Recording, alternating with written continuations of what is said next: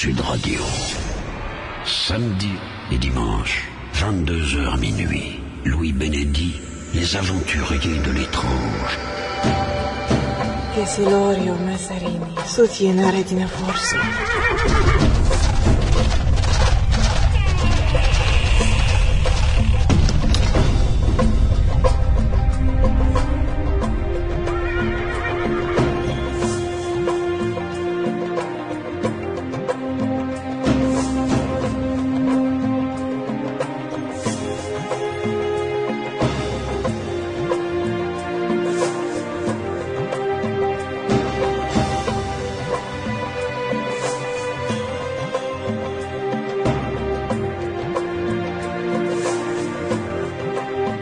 Bonsoir et bienvenue dans Les Aventuriers de l'étrange. Dans la nuit du 14 au 15 avril 1912, le Titanic heurte un iceberg. Et c'est un drame qui va marquer l'histoire maritime et l'histoire tout court. Presque un siècle plus tard, ce drame fait toujours parler de lui. La preuve, le succès phénoménal du film du même nom. Et cela apporte une preuve supplémentaire de la persistance, d'ailleurs, de cette histoire dans notre imaginaire collectif. Nous consacrons ce soir cette émission, Les Aventuriers de l'étrange, sur Sud Radio au Titanic, car un livre vient d'être publié aux éditions J'ai lu dans la collection Aventures secrètes, intitulé Histoire paranormale du Titanic. Son auteur, Bertrand Méheux, est avec nous. Bonsoir. Bonsoir. Vous êtes docteur en sociologie, professeur en philosophie à l'Université catholique de Lyon et membre de l'IMI, l'Institut métapsychique international. Et vous avez fait un travail colossal de compilation et d'étude des phénomènes étranges qui se sont déroulés autour du drame du Titanic. Vous nous raconterez donc tout cela durant les 2 heures de cette émission. Et j'ai le plaisir également à vos côtés de recevoir Monsieur Olivier Mendes, qui est le rédacteur en chef du magazine publié par l'Association française du Titanic, qui s'appelle Latitude 41, ce magazine. Bonsoir Monsieur Mendes. Bonsoir. Je suis ravi de vous recevoir. Vous êtes un spécialiste très pointu sur le dossier du Titanic et je compte sur vous pour nous raconter la partie historique, on va dire, de ce dossier. Alors si vous aussi qui nous écoutez, cette histoire vous passionne, si vous êtes allé voir ce film extraordinaire qui a fait pleurer dans les chaumières, c'est étonnant quand même parce qu'on est allé voir ce film en sachant très bien comment ça allait se finir évidemment. Alors n'hésitez pas, venez nous rejoindre et posez vos questions à nos 2 spécialistes qui sont là avec nous ce soir jusqu'à minuit. Vous avez 2 solutions, soit par SMS, vous tapez le mot Sud, un espace, ensuite vous laissez un espace, ensuite vous envoyez votre question, votre réaction au 71 200 et je serai votre porte-parole avec grand plaisir. Ou vous pouvez encore nous contacter par téléphone pour venir discuter avec nous et nos 2 invités, Bertrand Méheux et Olivier Mendes, avec nous directement dans Les Aventuriers de l'étrange sur Sud Radio. Vous appelez au 0826 300 300. Ce soir, au sommaire donc, le drame du Titanic. Le drame du Titanic qui, comme je l'ai dit en préambule, a vraiment marqué l'histoire de notre civilisation. D'abord, une question à chacun de vous deux. On commence avec vous, Bertrand Méheux, qui êtes l'auteur de ce livre donc publié aux éditions J'ai lu, Histoire paranormale du Titanic. Qu'est-ce qui vous a donné envie d'écrire ce livre qui a demandé un travail colossal? C'est quoi? C'est la passion du Titanic ou alors l'étude de tous ces cas autour du Titanic? Je voudrais tout de suite commencer par dire que je ne suis pas professeur à l'Université catholique de Lyon. Ah. Vous avez confondu probablement avec un de mes amis, le psychiatre Paul-Louis Rabeyron. Voilà. Oui, exact. Bien. Alors, vous savez que les métapsychistes s'intéressent soit à des phénomènes qu'on peut étudier maintenant en laboratoire ou disons dans des conditions de proximité, soit sur des phénomènes qu'on peut retrouver dans les archives et dont on peut tirer un certain nombre de conséquences. Bien. Alors, un des phénomènes qui est les plus intrigants dans l'histoire de la parapsychologie, c'est ce qu'on appelle les hallucinations télépathiques, c'est-à-dire les hallucinations qui se produisent au moment de la mort de proches. On peut dire que de tous les phénomènes paranormaux, enfin au moins ceux qui relèvent de ce qu'on appelle le psy réceptif, c'est-à-dire la communication paranormale. Ouais. Eh bien, c'est certainement le phénomène le plus massivement attesté dans l'histoire. tout le monde connaît une histoire de ce genre. Et donc, il se trouve que un des événements historiques qui a le plus été connecté à des hallucinations télépathiques, c'est justement le naufrage du Titanic. Ça, c'est un premier aspect de la question qui m'a beaucoup intéressé. Ouais. L'autre aspect, c'est que je me suis toujours beaucoup intéressé à cette espèce de va-et-vient entre l'imaginaire et le réel. En fait, j'ai commencé le premier livre que j'ai fait il y a 30 ans exactement, j'étais en train de l'écrire. C'était un rapport étrange que j'avais repéré entre les récits de science-fiction du début du XXe siècle et les récits des témoins de soucoupes volantes. Ouais. Et j'avais essayé de démêler le lien qu'il y avait entre ces deux faits. Et donc là, je suis revenu en quelque sorte à mes anciennes amours et je me suis plongé dans les prophéties littéraires, notamment de Stanley Robertson. Prophéties ou avec des guillemets. Hein. Ouais, on en reparlera après d'ailleurs analyse, en détail. On en parlera plus en détail. Ouais. Alors, je me retourne vers vous, Olivier Mendes. Qu'est-ce qui vous a donné envie, enfin, qu'est-ce qui a fait que le Titanic est devenu votre passion? Le Titanic, je suis tombé dedans quand j'étais petit, comme dirait un personnage de bande dessinée. Ouais. À l'âge de 8 ans, j'ai vu une photo de ce navire qui flottait, donc c'était hors contexte naufrage, et je me suis mis à pleurer en voyant cette photo. Donc il y a eu une sorte de coup de foudre entre ce bateau et moi, puis je me suis intéressé à son histoire et petit à petit aux humains qui le peuplaient. Mmh. Et puis parmi ces humains, je me suis aperçu un jour qu'il y avait des Français, et que ces Français avaient été parmi les grands oubliés de l'histoire, puisque tout le monde aujourd'hui connaît John Jacob Astor ou les Ryerson ou Molly Brown, puisqu'ils ont été immortalisés par le cinéma notamment, et par l'histoire, puisque ce sont des personnages qui ont marqué l'histoire. Ouais. Mais nos Français étaient totalement oubliés, et la mémoire de ces Français s'est filochée, c'était un petit peu la peau de chagrin. Et lorsque je me suis intéressé à cette histoire, il ne restait malheureusement plus que 2 survivants français. Et j'ai eu la chance de les approcher, de les fréquenter très régulièrement. Louise Laroche, je l'ai vu pendant les 4 années qui ont précédé son décès. Ouais. Et donc une sorte de lien s'est créé entre eux et moi. Et voilà, donc je me suis mis à sauver la mémoire française, à me sauver la mémoire des passagers français, de tous les liens qu'il y avait entre la France et le Titanic. Mmh. Et petit à petit, voilà, je me suis mis à rédiger des biographies de passagers qui sont aujourd'hui publiées dans notre petit journal Latitude 41. Donc à l'origine, c'est une sorte de coup de foudre entre ce navire et moi. Donc ouais. Voilà, une relation très très étrange, mais passionnelle qui dure. Le Titanic s'est installé chez moi et il ne m'a plus quitté. Très bien. On va revenir à vous, Olivier Mendes, pour rentrer dans l'histoire de ce magnifique paquebot. Mais d'abord, une question pour vous, Bertrand Méheux. De quelle manière avez-vous travaillé? Parce que vous avez dû compiler, aller chercher des sources innombrables, multiples, pour réussir à retrouver la vie des différentes personnes comme ça qui ont vécu quelque chose autour du Titanic. Alors, en fait, le travail était en grande partie fait, oui. Parce que il a été fait par les parapsychologues anglais et américains. Notamment par Ian Stevenson, par George Beatty, qui ont fait, enfin, il y a tout un travail qui s'est fait dans la mémoire anglo-saxonne autour du Titanic depuis presque le naufrage. Donc, s'il avait fallu que je fasse ça moi-même, ça aurait été tout à fait impossible, mais on trouve dans les revues spécialisées une partie de cette documentation. D'ailleurs, j'étais tributaire des chercheurs de la SPR britannique, qui m'ont gracieusement ouvert leurs portes et qui m'ont beaucoup aidé dans ce domaine. Oui, j'imagine. Donc je suis parti de ces archives. Et puis d'autre part, alors ça c'est pour l'aspect factuel du Titanic. D'autre part, j'ai fait tout un travail depuis très longtemps sur ces questions par ailleurs. Donc j'ai une certaine habitude de la façon de saisir ces objets, quoi, disons. Mais pour ce qui est des faits concernant le Titanic eux-mêmes, je vous dis, j'ai surtout été tributaire des travaux qui ont été faits par les Anglais. Oui, tout à fait. Alors, nous sommes bien d'accord, évidemment, je dis ça à l'adresse de ceux et celles qui nous écoutent. Nous avons Olivier Mendes, qui est, entre guillemets, l'historien du Titanic, et en ce qui concerne Bertrand Méheux, évidemment, lui, il s'est intéressé au côté, je dirais, humain. Est-ce que ces humains ont vécu de paranormal autour du Titanic? Voilà, donc chacun va intervenir dans sa partie, et on va commencer avec vous, Olivier Mendes.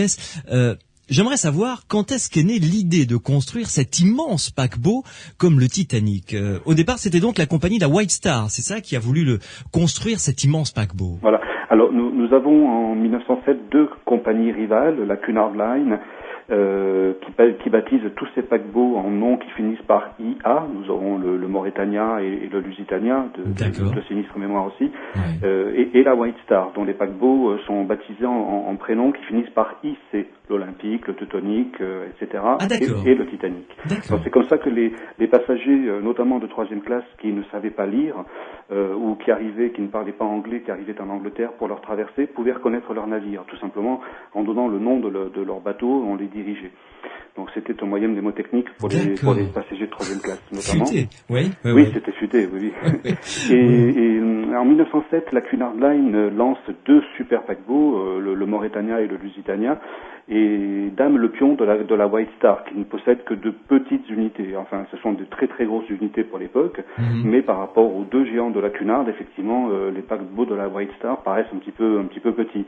Donc, le PDG de la White Star Line, qui est Bruce Ismay, un oblio anglais, va demander au patron des chantiers Harland & Wolff à Belfast, qui construisent quasiment tous les navires de la White Star, de lui construire 3 gros navires sur une période de 5 ans. Le premier s'appellera l'Olympique, le second s'appellera le Titanic, et le troisième aurait dû s'appeler le Gigantique.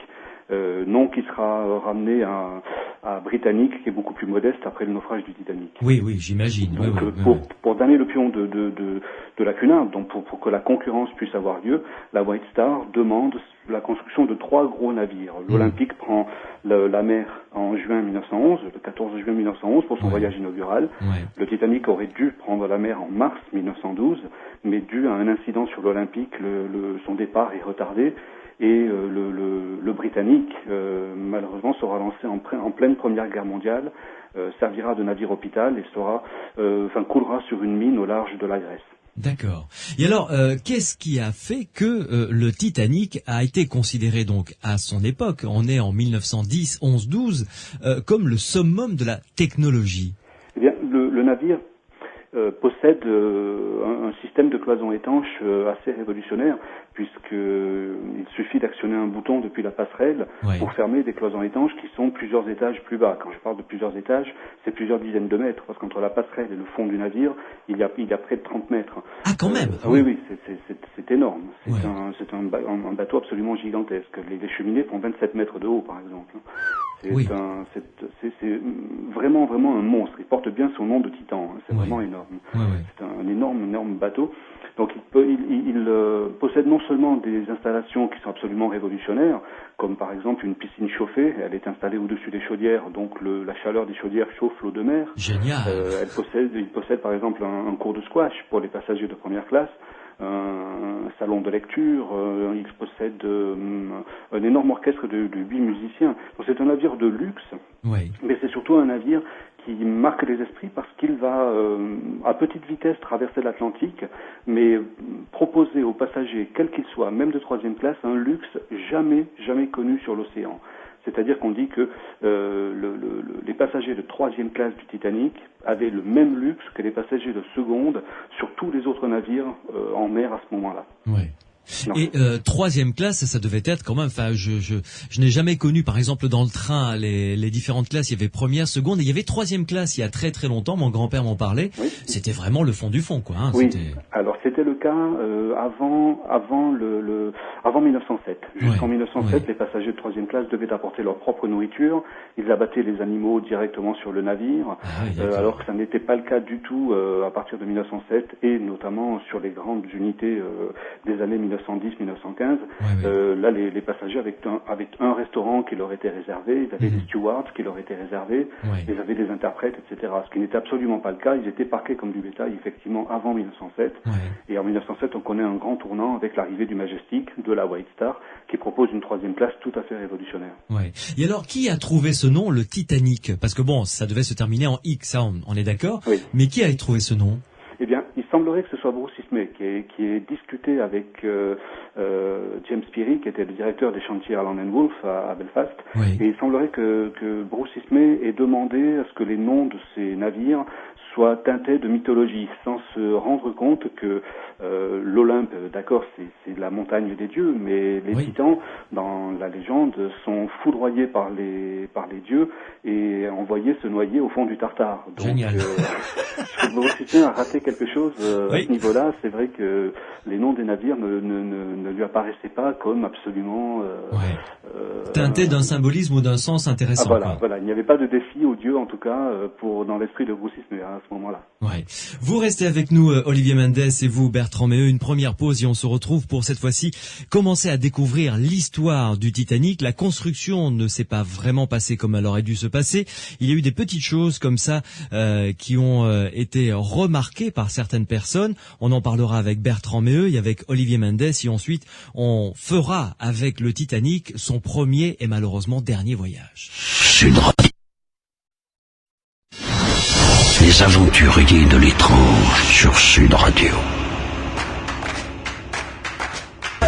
Je m'en vais, Cali, dans les aventuriers de l'étrange sur Sud Radio. Ce soir, nous suivons le Titanic jusqu'à son issue fatale que vous connaissez évidemment. Avec nos deux invités, nous allons parler de ce drame de la mer avec Olivier Mendes et Bertrand Méheux. Vous pouvez nous rejoindre, vous pouvez nous appeler au 0826 300 300 si vous voulez poser des questions à nos deux spécialistes. Ils se feront un plaisir de vous répondre. Et puis évidemment, vous pouvez nous envoyer des SMS. La procédure est simple. Vous tapez Sud sur votre portable. Vous laissez un espace et ensuite votre réaction, votre question. Vous envoyez le tout au 71 200 et je me ferai un plaisir d'être votre porte-parole. Bertrand Méheux, revenons au début de cette seconde partie avec vous et avec votre livre Histoire paranormale du Titanic, publié aux éditions J'ai lu.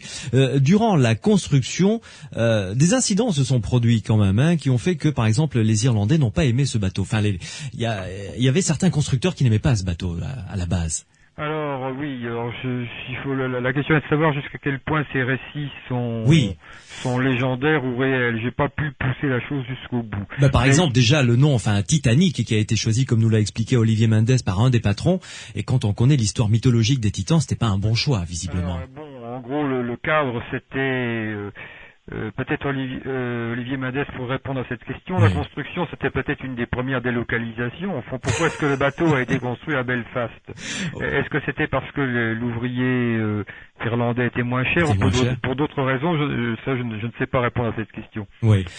Posons-la directement à Olivier Mendes. Alors, votre réponse, Olivier Mendes. Alors, la White Star avait un contrat avec les chantiers de Belfast, tout simplement parce que les bureaux de la White Star étaient à Liverpool et que l'Angleterre ne possédait pas de chantier naval capable de construire des navires de ce tonnage. Alors que les chantiers de Belfast étaient au niveau de Queen's Island, qui est le quartier des constructeurs à Belfast. Belfast pouvait construire des unités absolument gigantesques. Alors que certains navires effectivement étaient construits ou détruits, puisque chantier de construction veut aussi dire chantier de destruction pour certains navires, étaient construits ou détruits en Angleterre, mais c'était des unités tout à fait modestes pour les navires de grand tonnage et pour des questions de coût tout simplement, parce que la main d'œuvre irlandaise était moins onéreuse à l'époque. Eh bien les navires britanniques étaient construits effectivement souvent à Belfast. C'était presque une tradition à ce moment-là. D'accord. Bertrand Méheux, donc vous aviez raison, c'était une première délocalisation déjà. En partie, oui. Donc alors il semblerait que ce qui va apparaître dans le récit de nombreux témoins, il y a beaucoup de gens qui semblent avoir des prémonitions.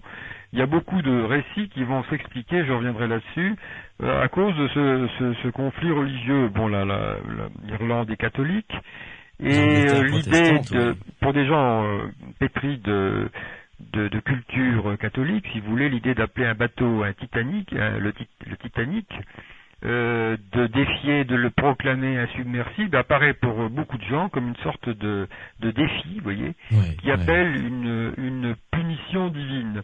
Alors, lorsque le bateau a coulé, il y a eu de très nombreux prêches un peu partout pour rappeler, dire que Dieu avait remis les pendules à l'heure, que la punition était tombée, Oui. etc., etc. Et donc je pense que c'est sur ce fond-là que se sont constituées les histoires de Belfast au début. Oui. Oui. Et alors, Olivier Mendes, qui est-ce qui a eu l'idée d'accoler au Titanic ce mot qui a été catastrophique après le naufrage d'insubmersible? Oui. Alors là nous sommes dans la mythologie la plus totale. Ouais. C'est-à-dire que je suis désolé, les auditeurs vont peut-être apprendre quelque chose. Le Titanic n'a jamais été proclamé en tant que navire insubmersible. Les Britanniques sont un peuple de marins. Ouais. Ils ont conquis le monde avec Ouais. leurs bateaux. Ouais. Et jamais au monde, jamais une fois dans l'histoire de leur peuple, Ouais. ils n'ont pu proclamer un navire insubmersible. Mhm. En 1911, lors du lancement de l'Olympique, le frère jumeau du Titanic, la revue anglaise qui s'appelait The Shipbuilder, le constructeur naval, qui était absolument émerveillé par les deux nouveaux navires de la White Star, avait sorti un numéro spécial de leur revue. C'était un spécial Olympique et Titanic. Ce numéro existe toujours, on peut le consulter, et à la page des cloisons étanches, on lit, et c'est là où tout le drame se joue, Ouais. ils disent que la manœuvre des portes étanches rend le navire pratiquement insubmersible. Practically unsinkable en anglais. Ouais. Donc le pratiquement a été vite oublié par le public. La compagnie, la White Star, qui n'a perdu que 11 passagers en 20 ans sur l'océan, n'a jamais fait le nécessaire effectivement pour que le pratiquement revienne dans la discussion. Évidemment, ça allait, oui, ça les aidait. C'était bien sûr, c'était un argument économique, mais personne n'a jamais dit que le navire était insubmersible, puisqu'on retrouve, j'ai une copie du shipbuilder, on retrouve le practically unsinkable écrit mot pour mot dans le texte. Ouais. Donc là, nous sommes dans la première légende. Le navire n'a jamais été considéré comme étant insubmersible, et surtout pas par un peuple de marins. Oui. Et alors, est-ce que la construction s'est passée sans encombre? Non, évidemment. On est avant la Première Guerre mondiale, on est sur un chantier naval où les gens ne connaissent absolument pas les mesures de sécurité que nous connaissons aujourd'hui. Effectivement, entre la construction et le lancement du navire, il y a eu plusieurs morts sur le chantier naval. Oui. Il y a des hommes qui sont tombés des échafaudages. Ils sont pas nombreux, mais il y a eu des morts. Il y en a eu, Une légende veut que l'un des constructeurs soit resté coincé dans la coque au moment où on a placé le dernier morceau de coque. C'est une légende. Hein. Emmuré vivant, donc, en Oui, quelque il aurait sorte. été emmuré vivant dans le navire. Ouais. Ça, c'est une autre légende du Titanic. Le navire a été construit en temps et heure. Il a pris du retard pour son voyage inaugural, mais c'est un navire qui n'a subi aucune avarie et aucun problème lors de sa construction. Ouais. Sinon que l'une des grandes légendes, je pense que Bertrand va nous en parler, l'une des grandes légendes serait écrite à la craie sur la coque du navire, puisque certaines personnes sont persuadées et ont raconté après le naufrage, évidemment, jamais avant, mais après le naufrage, que le chiffre 390901 était inscrit sur la coque. Donc ce numéro qui se reflétait dans l'eau donne à peu près, lorsqu'on le déforme bien, no pope, c'est-à-dire pas de pape. Et nous sommes évidemment en 1912 au moment du Home Rule, c'est-à-dire la séparation de l'Irlande de la Grande-Bretagne. Et évidemment, on est dans une période de troubles politiques extrêmement violents à ce moment-là. Ouais, c'est vrai que Bertrand Méheux, vous le signalez justement, ce fait dans votre livre. Et là, c'est vraiment, on est au centre de l'animosité entre les Irlandais catholiques et les Anglais protestants. Ah bah oui, je pense que c'est le point de départ de cette légende de Belfast. Hein. C'est l'animosité entre les Irlandais catholiques et les protestants, ça c'est clair. L'histoire à laquelle Olivier Mendes fait allusion, je ne sais pas jusqu'à quel point elle est légendaire justement. Ça c'est. Est-ce que c'est une histoire qui a été projetée après coup c'est que je crois que c'était un dessinateur du chantier, en lisant le numéro matricule du navire, aurait vu que s'il faisait justement lui à l'envers No Pope. Ouais. Et ensuite les Irlandais catholiques qui travaillaient sur le chantier se seraient allés se plaindre à la direction parce qu'ils y auraient vu une provocation, etc. Ouais. Alors c'était évidemment un peuple qui avait la sensibilité à fleur de peau, donc on puisse dire. Ouais. Et donc, alors est-ce que c'est quelque chose qui s'est constitué après coup, cette histoire de No Pope, ou est-ce que il y a visiblement, par exemple, des témoins qui ont cru voir cela aussi au moment de monter sur le bateau. Je veux dire des passagers, et chez qui ça serait devenu ensuite ça serait transformé en une sorte de prémonition que quelque chose allait se passer. Ouais. Enfin bon, ça n'est pas quand même je veux dire, ce qui est le plus intéressant dans le dossier que l'un et l'autre vous allez nous faire découvrir. Bertrand Meheux, racontez-nous un ou deux cas de prémonition que des passagers ont vécu bien avant d'embarquer sur le Titanic pour ce voyage inaugural. Alors, il faut que je précise que pratiquement toutes les prémonitions ont été, par définition, racontées après coup.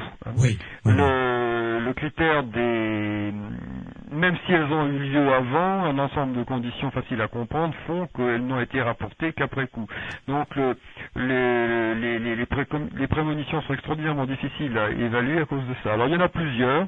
Il y en a une dont on est certain de l'antériorité. Par exemple, c'est le cas je crois que c'est Conan Middleton, je crois qu'il s'appelle. Ouais. Donc il devait voyager sur le Titanic. Sa place était réservée.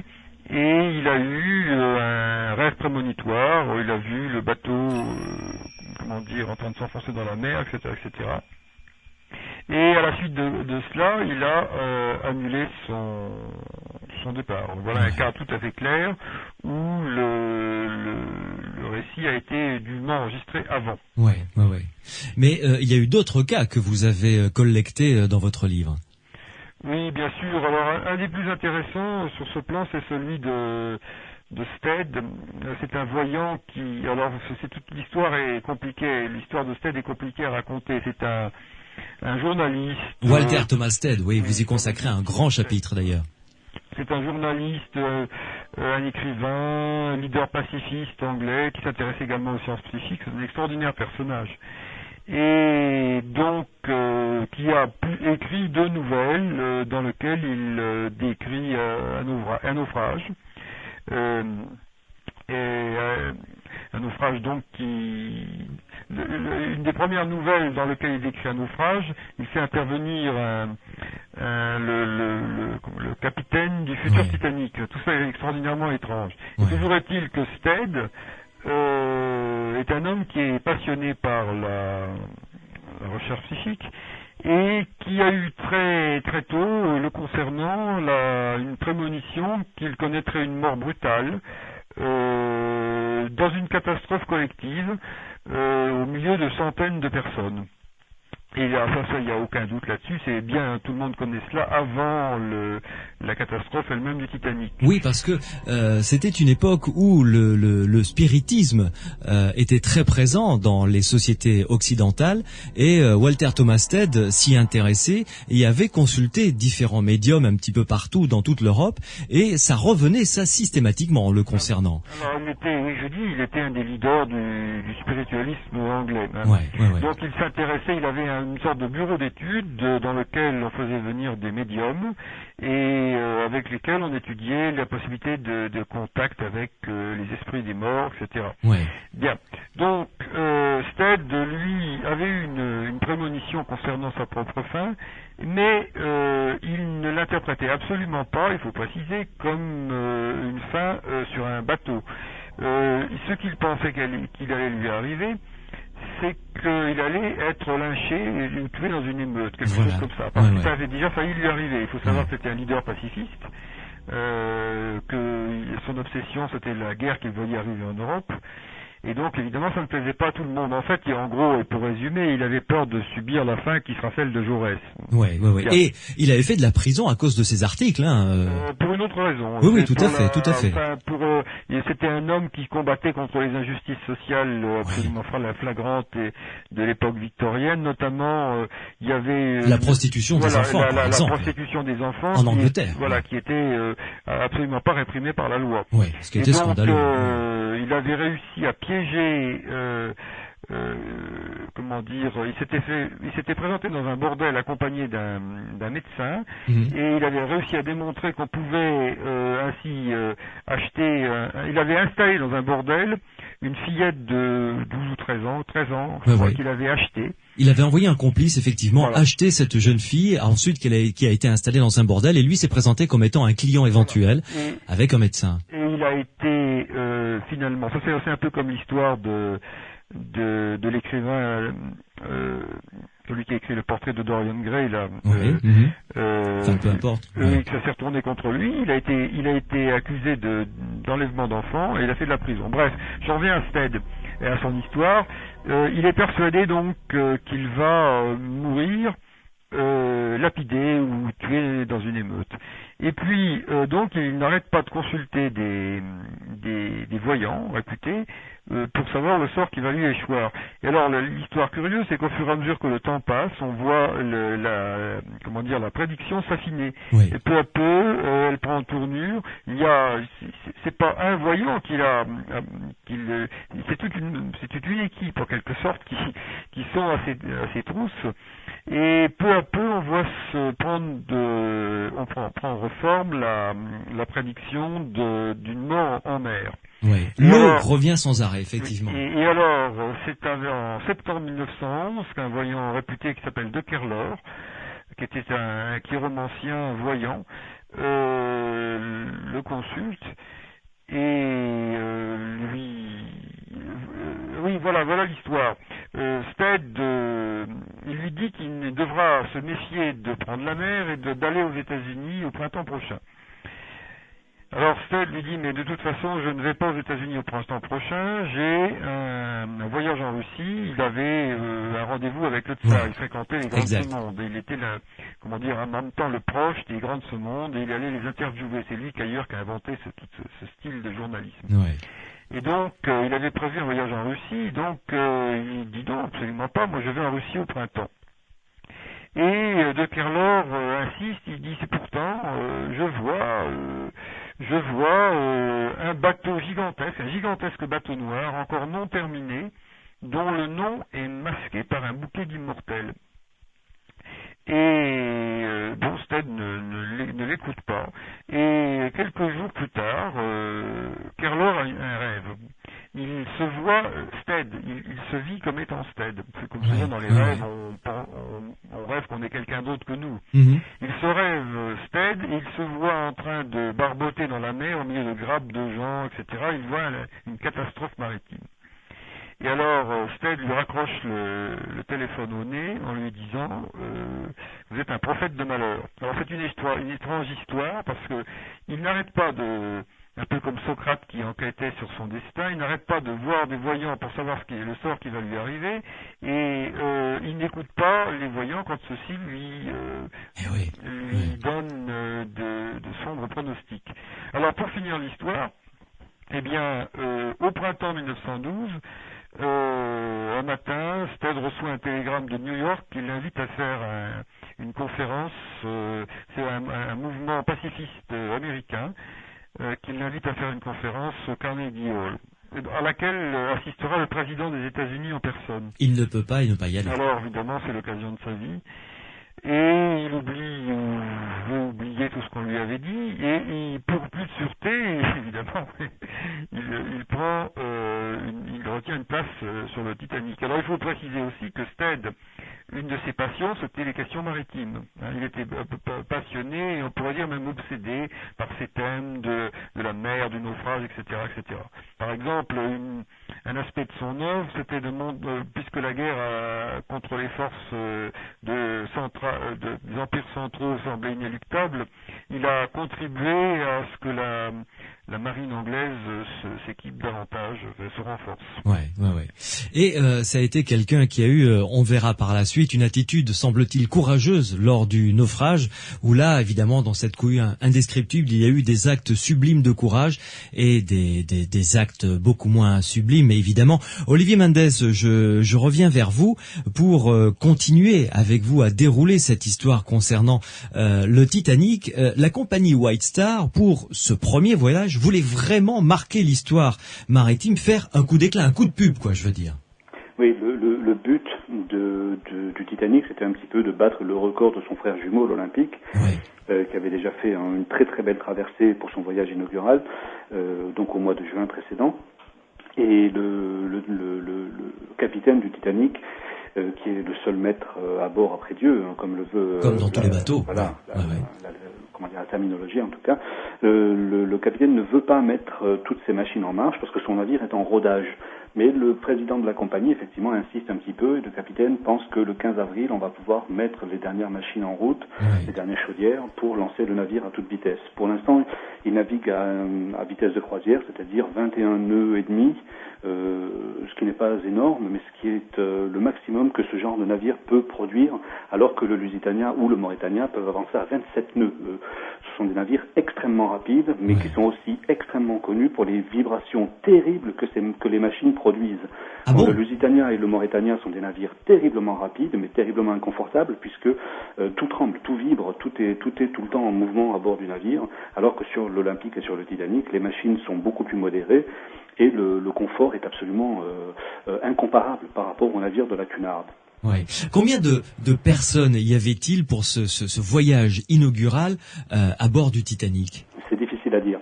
En fait, je crois qu'à ce jour, nous n'avons toujours pas fait la lumière sur tous les passagers qui étaient à bord. Ah bon? Non. C'est un navire qui emportait des passagers de près de 35 nationalités. Ouais. Et à l'époque, le système du passeport n'existait pas. Donc nous n'avons pas la possibilité de vérifier ni l'identité complète des passagers, ni la nationalité de ces passagers. Donc il est assez compliqué de dire combien il y avait de passagers à bord. C'est vrai qu'aujourd'hui, le chiffre le plus approximatif qu'on puisse s'approcher, c'est un petit peu plus de 2200 personnes, dont 898 membres d'équipage. Ah oui, quand même. Oui, c'est énorme.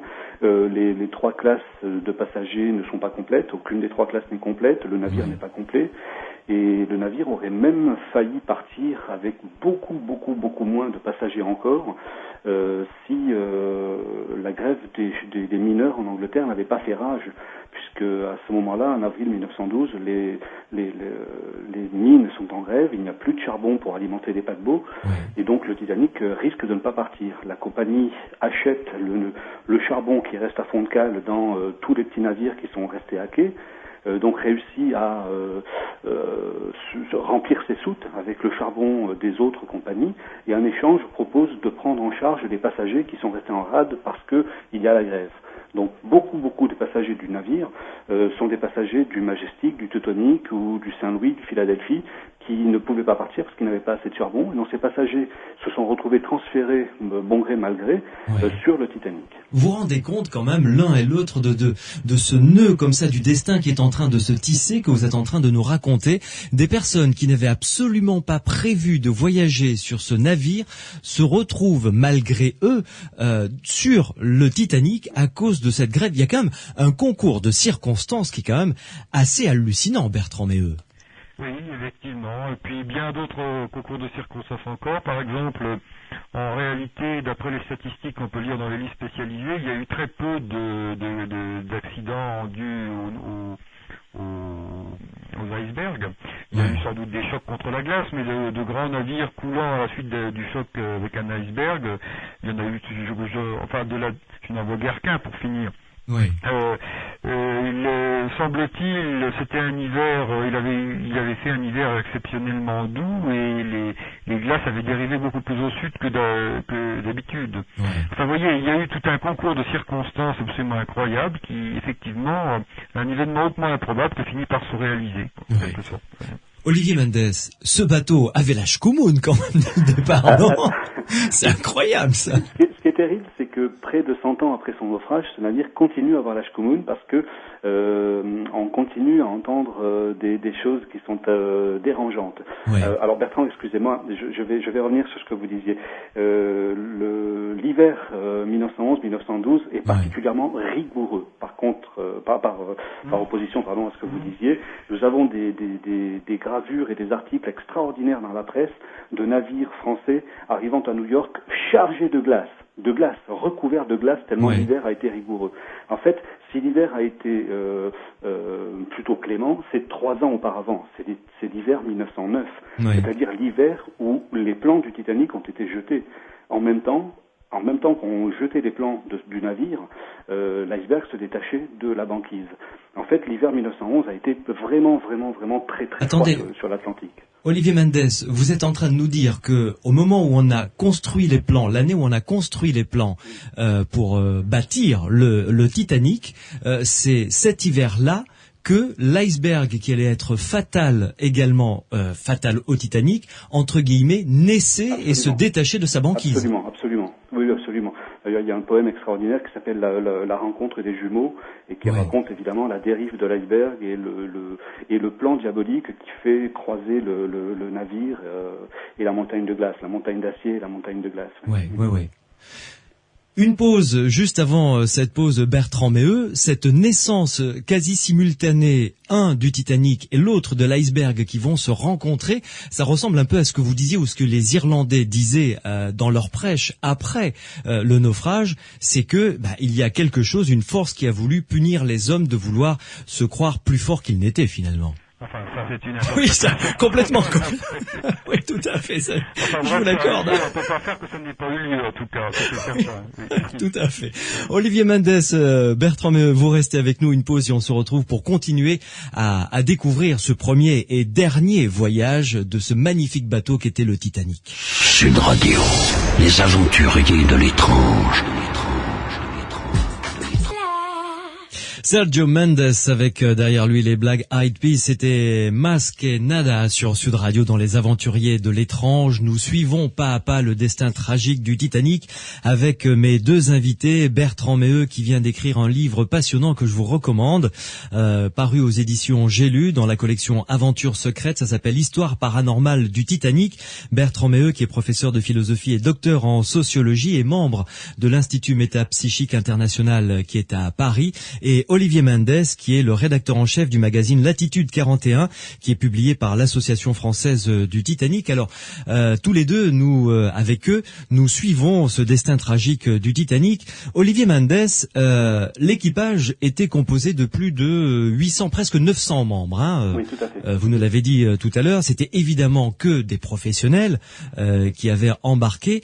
Et en ce qui concerne le commandant, c'était un commandant, c'est comme ça qu'on l'appelait, un peu un capitaine, un commandant. Hein. Oui, commandant, oui. Smith. Oui, le capitaine Smith. Enfin, capitaine et commandant, ça a à peu près le même sens. Ça dépend en fait si vous ajoutez le nom derrière ou pas. D'accord. Alors, qui était ce personnage ? C'est le commodore de la White Star. C'est le plus ancien, le plus gradé et le mieux payé des commandants de la White Star. Ouais. C'est un homme qui est âgé, il a presque 60 ans. Il a pris la commande de toutes les nouvelles unités de la compagnie. C'est donc un homme qui a l'habitude des navires un petit peu difficiles et en rodage. C'est lui qui, en juin 1911, pilote l'Olympique. C'est lui qui aura, malheureusement, les 2 premiers accidents de l'Olympique. C'est lui qui sera aux commandes à ce moment-là. Et c'est lui qui, parce que la compagnie tient à le remercier, récupère le Titanic en avril 1912 pour son voyage inaugural. Il laisse d'ailleurs à ce moment-là les commandes de l'Olympique, le frère jumeau, à un de ses collègues qui s'appelle le capitaine Haddock. Ce qui peut paraître incroyable, mais c'est vrai. Ah oui. C'est peut-être ce qui a inspiré Hergé d'ailleurs, peut-être pour. Il semblerait que non. Hergé a dit qu'il ne connaissait pas cette anecdote. D'accord, très bien. Mais alors dites-moi, 2 accidents avec l'Olympique, on peut pas dire que le CV du commandant Smith soit terrible à ce moment-là. Mais l'Olympique est un navire de presque 270 mètres de long, qui fait plus de 45 000 tonnes. Ouais. C'est un navire absolument gigantesque. C'est la première fois qu'un navire de cette taille, puisque lorsque l'Olympique quitte les chantiers navals, c'est la plus grosse unité jamais construite de main d'homme. C'est le plus gros objet mouvant construit par la main de l'homme. Ouais. Eh bien, il faut s'y habituer un petit peu. Il faut réussir à manœuvrer une telle masse d'acier dans la Manche, par exemple, qui finalement ne devient qu'un tout petit chenal comparé à un tel navire, en grossissant le trait. Oui, le commandant Smith, c'est une sorte de super pilote d'essai, quoi, en quelque sorte. Oui, c'est c'est un homme qui est respecté de tous, c'est un homme qui voit certains passagers ne voyager qu'avec lui, par exemple. Certaines personnes l'apprécient tellement qu'ils ne prennent le navire que si c'est lui qui commande. C'est l'homme dont la vie est écoutée par la White Star. Mais c'est un homme aussi qui est un petit peu prisonnier du carcan de l'époque et qui obéit, même s'il est seul maître à bord après Dieu, eh bien il obéit aux lois de la compagnie qui édite un petit livret de recommandations au capitaine des navires. Oui. Et ce soir-là, la nuit du naufrage, eh bien le capitaine n'aura fait que suivre les recommandations de sa compagnie disant que lorsqu'on est en zone de danger, le meilleur moyen d'en sortir, c'est d'aller tout droit et d'en sortir le plus rapidement possible. C'est de foncer, quoi. C'est pas de foncer, c'est d'en sortir le plus rapidement possible. Oui. C'est nuancé, mais le capitaine Smith n'a fait qu'obéir finalement aux ordres de sa compagnie. Parce que les options qu'il a choisies, quand même, ont été terribles de conséquences. Ça n'est pas lui qui a choisi, en fait. Oui. Cet homme n'a même pas eu l'intégralité des messages de l'avertissement de la présence d'iceberg sur sa route. Oui, alors ça aussi, parce que dans la série La Shkumun, continuons, la radio était, si je me souviens bien, était tombée en panne la nuit précédente, c'est ça ? Oui. Alors que c'était une radio high-tech, enfin, je veux dire, le top du top à cette époque-là. Oui, c'est vrai que c'est un instrument Marconi tout récent. Il venait vraiment d'être mis au point pour des navires de cette qualité. Oui. Et c'est un appareillage qui tombe en panne dans la nuit précédente. Et les deux radios vont passer la nuit à essayer de retrouver le tout petit commutateur qui a grillé.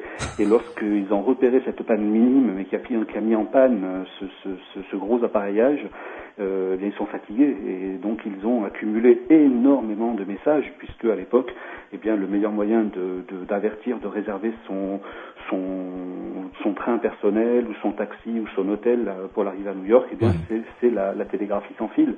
Donc ils ont accumulé énormément de retard et ils vont se mettre à émettre tout simplement parce que les messages émis sont payants. Et donc la compagnie Marconi, qui est propriétaire, va demander des comptes s'il ne rentre pas assez d'argent. D'accord. Et donc ils vont émettre les messages payants et les messages entrants qui eux ne sont pas payants, eh bien vont être traités un peu par-dessus la jambe, quoi. Oui, un peu plus cavalièrement en tout cas. Oui, un peu plus cavalièrement, et notamment un message mettant en garde le navire une nouvelle fois contre les glaces flottantes. Ce message va être laissé sur le bureau des télégraphistes et va être oublié, et le capitaine n'en aura jamais connaissance. Oh, c'est vraiment la Shkumun pour ce bateau, c'est incroyable quand même. Et alors, parlons un petit peu de cette nuit. Donc nous sommes le 14, entre la nuit du 14 au 15 juillet, c'est ça ? Avril, pardon. Dans la nuit du 14 au 15 avril, il y a une grande soirée, une soirée de gala, c'est ça ? En fait, à bord des navires anglais, on ne danse pas le dimanche soir. Donc il n'y a pas de bal ce soir-là, contrairement à ce qu'on voit dans certains films, il n'y a pas de bal. Il y a en revanche effectivement un dîner donné en l'honneur du capitaine par la famille Ryerson, qui est l'une des familles les plus riches des États-Unis. Et M. Ryerson est membre de la IMM, la International Mercantile Company, qui est une sous-branche de la banque de Pierpont Morgan, banque qui existe encore aujourd'hui. Et cette banque est propriétaire de la White Star. Donc, donc évidemment. Voilà, ils sont entre associés, ils sont entre copropriétaires du navire, tout le monde s'entend bien et tout le monde fête en fait ce voyage inaugural de la dernière unité qui n'a rien d'exceptionnel finalement. Le Titanic a eu beaucoup moins de publicité au moment de son départ que l'Olympique. Finalement, ce n'est que le deuxième de la classe et on a tellement dit, tellement écrit, tellement photographié à l'Olympique que le Titanic, lui, est quand même beaucoup moins célèbre que ça au moment de son départ. Il le deviendra malheureusement par la suite, éclipsant tous les autres navires de l'époque. Même les plus beaux, même les plus rapides, même les plus célèbres, le Titanic va devenir un petit peu le fer de lance et l'emblème de la navigation de cette époque, ce qui est un petit peu ironique pour un navire qui n'a pas été capable de finir son voyage inaugural. Oui, complètement. Bertrand, mais revenons à vous, et il y a toute une série comme ça de phénomènes qui se produisent, de gens qui, malgré les prémonitions, malgré une sensation de malaise, d'angoisse persistante, finissent quand même par prendre ce bateau, le Titanic, par monter dessus, et plus on approche de la date fatidique, et plus cette angoisse monte également chez certains et certaines. Alors oui, avant de vous répondre, je dois préciser que je ne sais pas si c'est la Shkumun qui déteint sur l'émission, mais moi, je n'entends plus les réponses d'Olivier Mendes depuis la pause. Alors c'est assez difficile de reconstituer le propos Tout à fait. Ouais, ah bon. Très bien. Bon, enfin, vous m'entendez, moi. Oui, je vous entends parfaitement, en revanche. Olivier Mendes, je sais pas ce qui se passe, on s'était amusant, parce qu'en même temps, vous parliez d'une panne de radio. Oui, tout à fait, c'est vrai. Bon. Enfin bref, j'ai essayé de répondre à votre question. Oui, il y a, si vous voulez, parmi les témoignages les plus curieux qu'on a enregistrés sur les gens qui ont des prémonitions, il y a ce que j'ai appelé les prémonitions au long cours.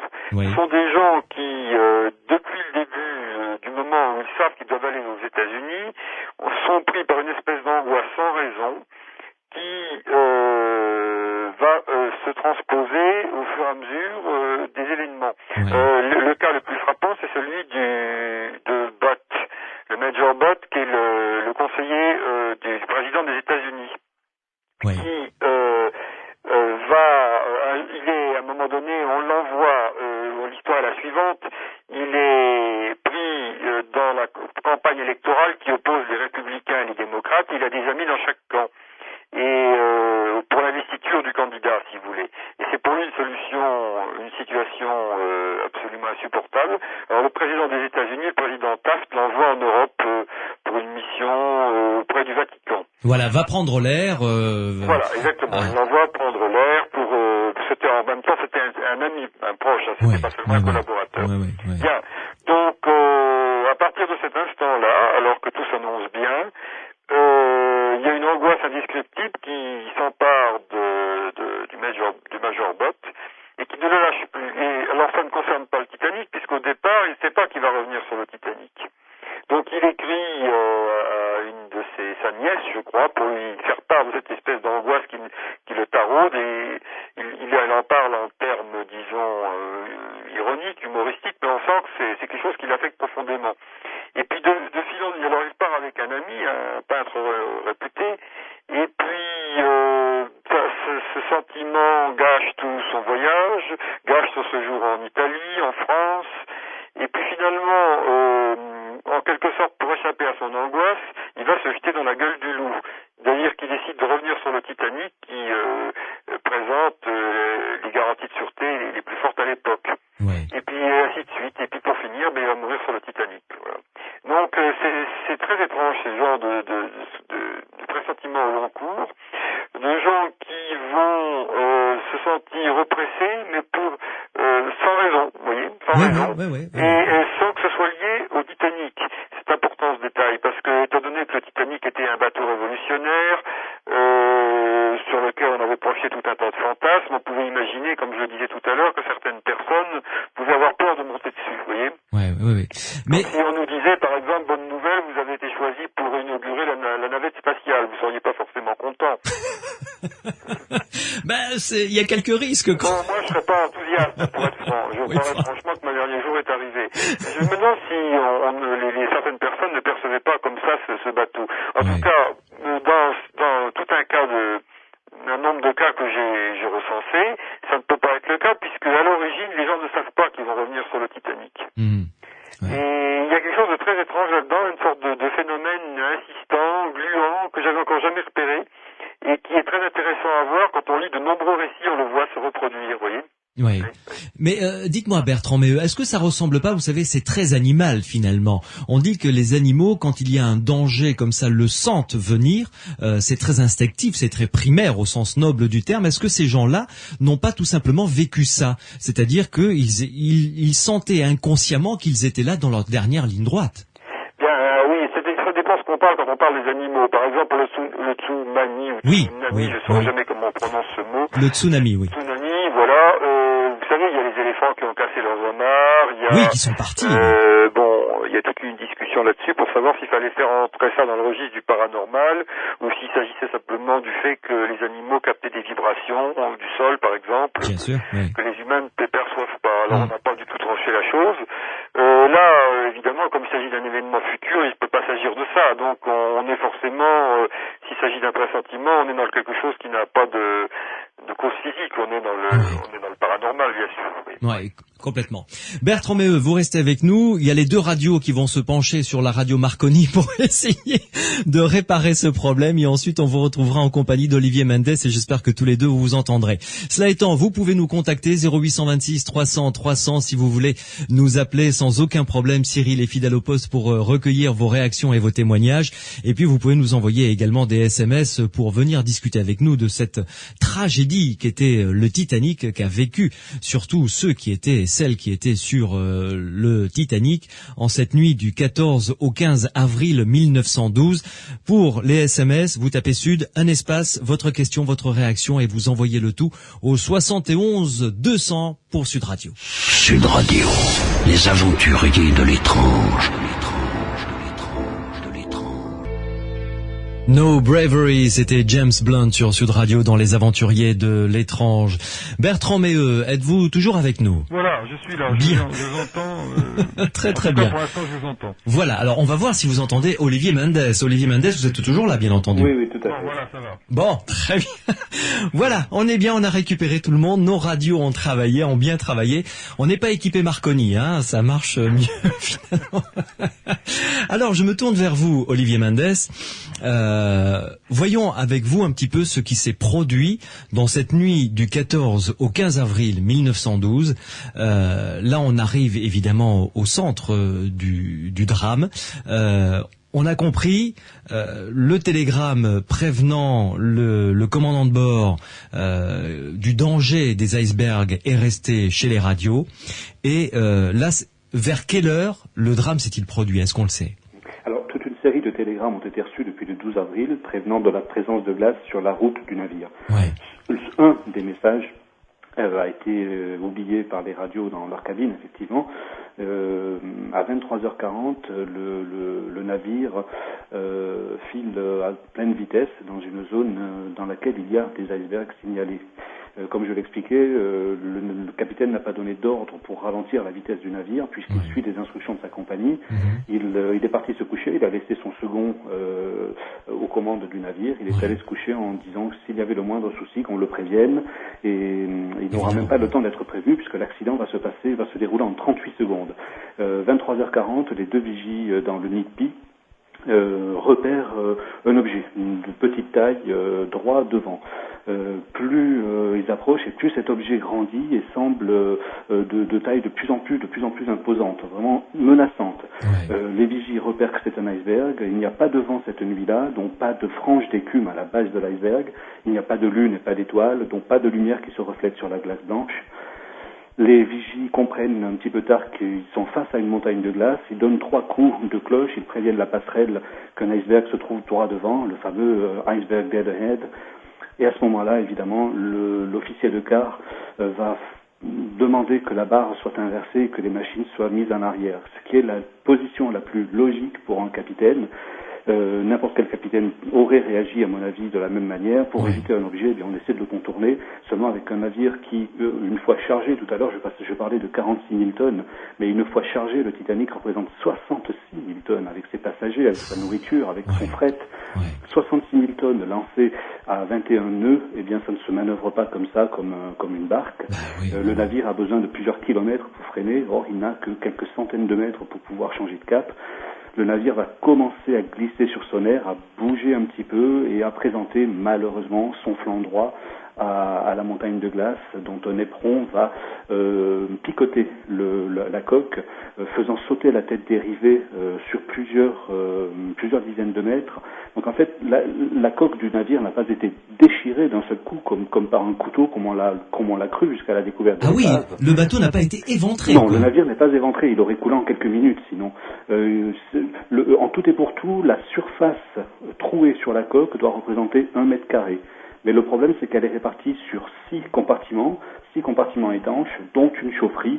Et évidemment, de l'eau dans une chaufferie, ça donne des résultats assez dramatiques, puisque les chaudières fonctionnent au charbon à ce moment-là. Et donc, évidemment, de l'eau glacée à moins 2 degrés qui envahit une chaudière, ça donne des résultats assez dramatiques. Ça explose, Évidemment, l'eau va ébouillanter toute l'équipe qui est en bas dans les soutes et le navire va commencer à couler tranquillement, après avoir simplement frôlé une montagne de glace, dont pas Pas d'accident extraordinaire, pas de cadeau de sauvetage qui éclate en morceaux, pas de coque éventrée, pas de soubresaut dans l'air, vraiment ça se passe comme sur une scène de théâtre où on nous explique avec des mots, voilà, le navire vient d'être blessé.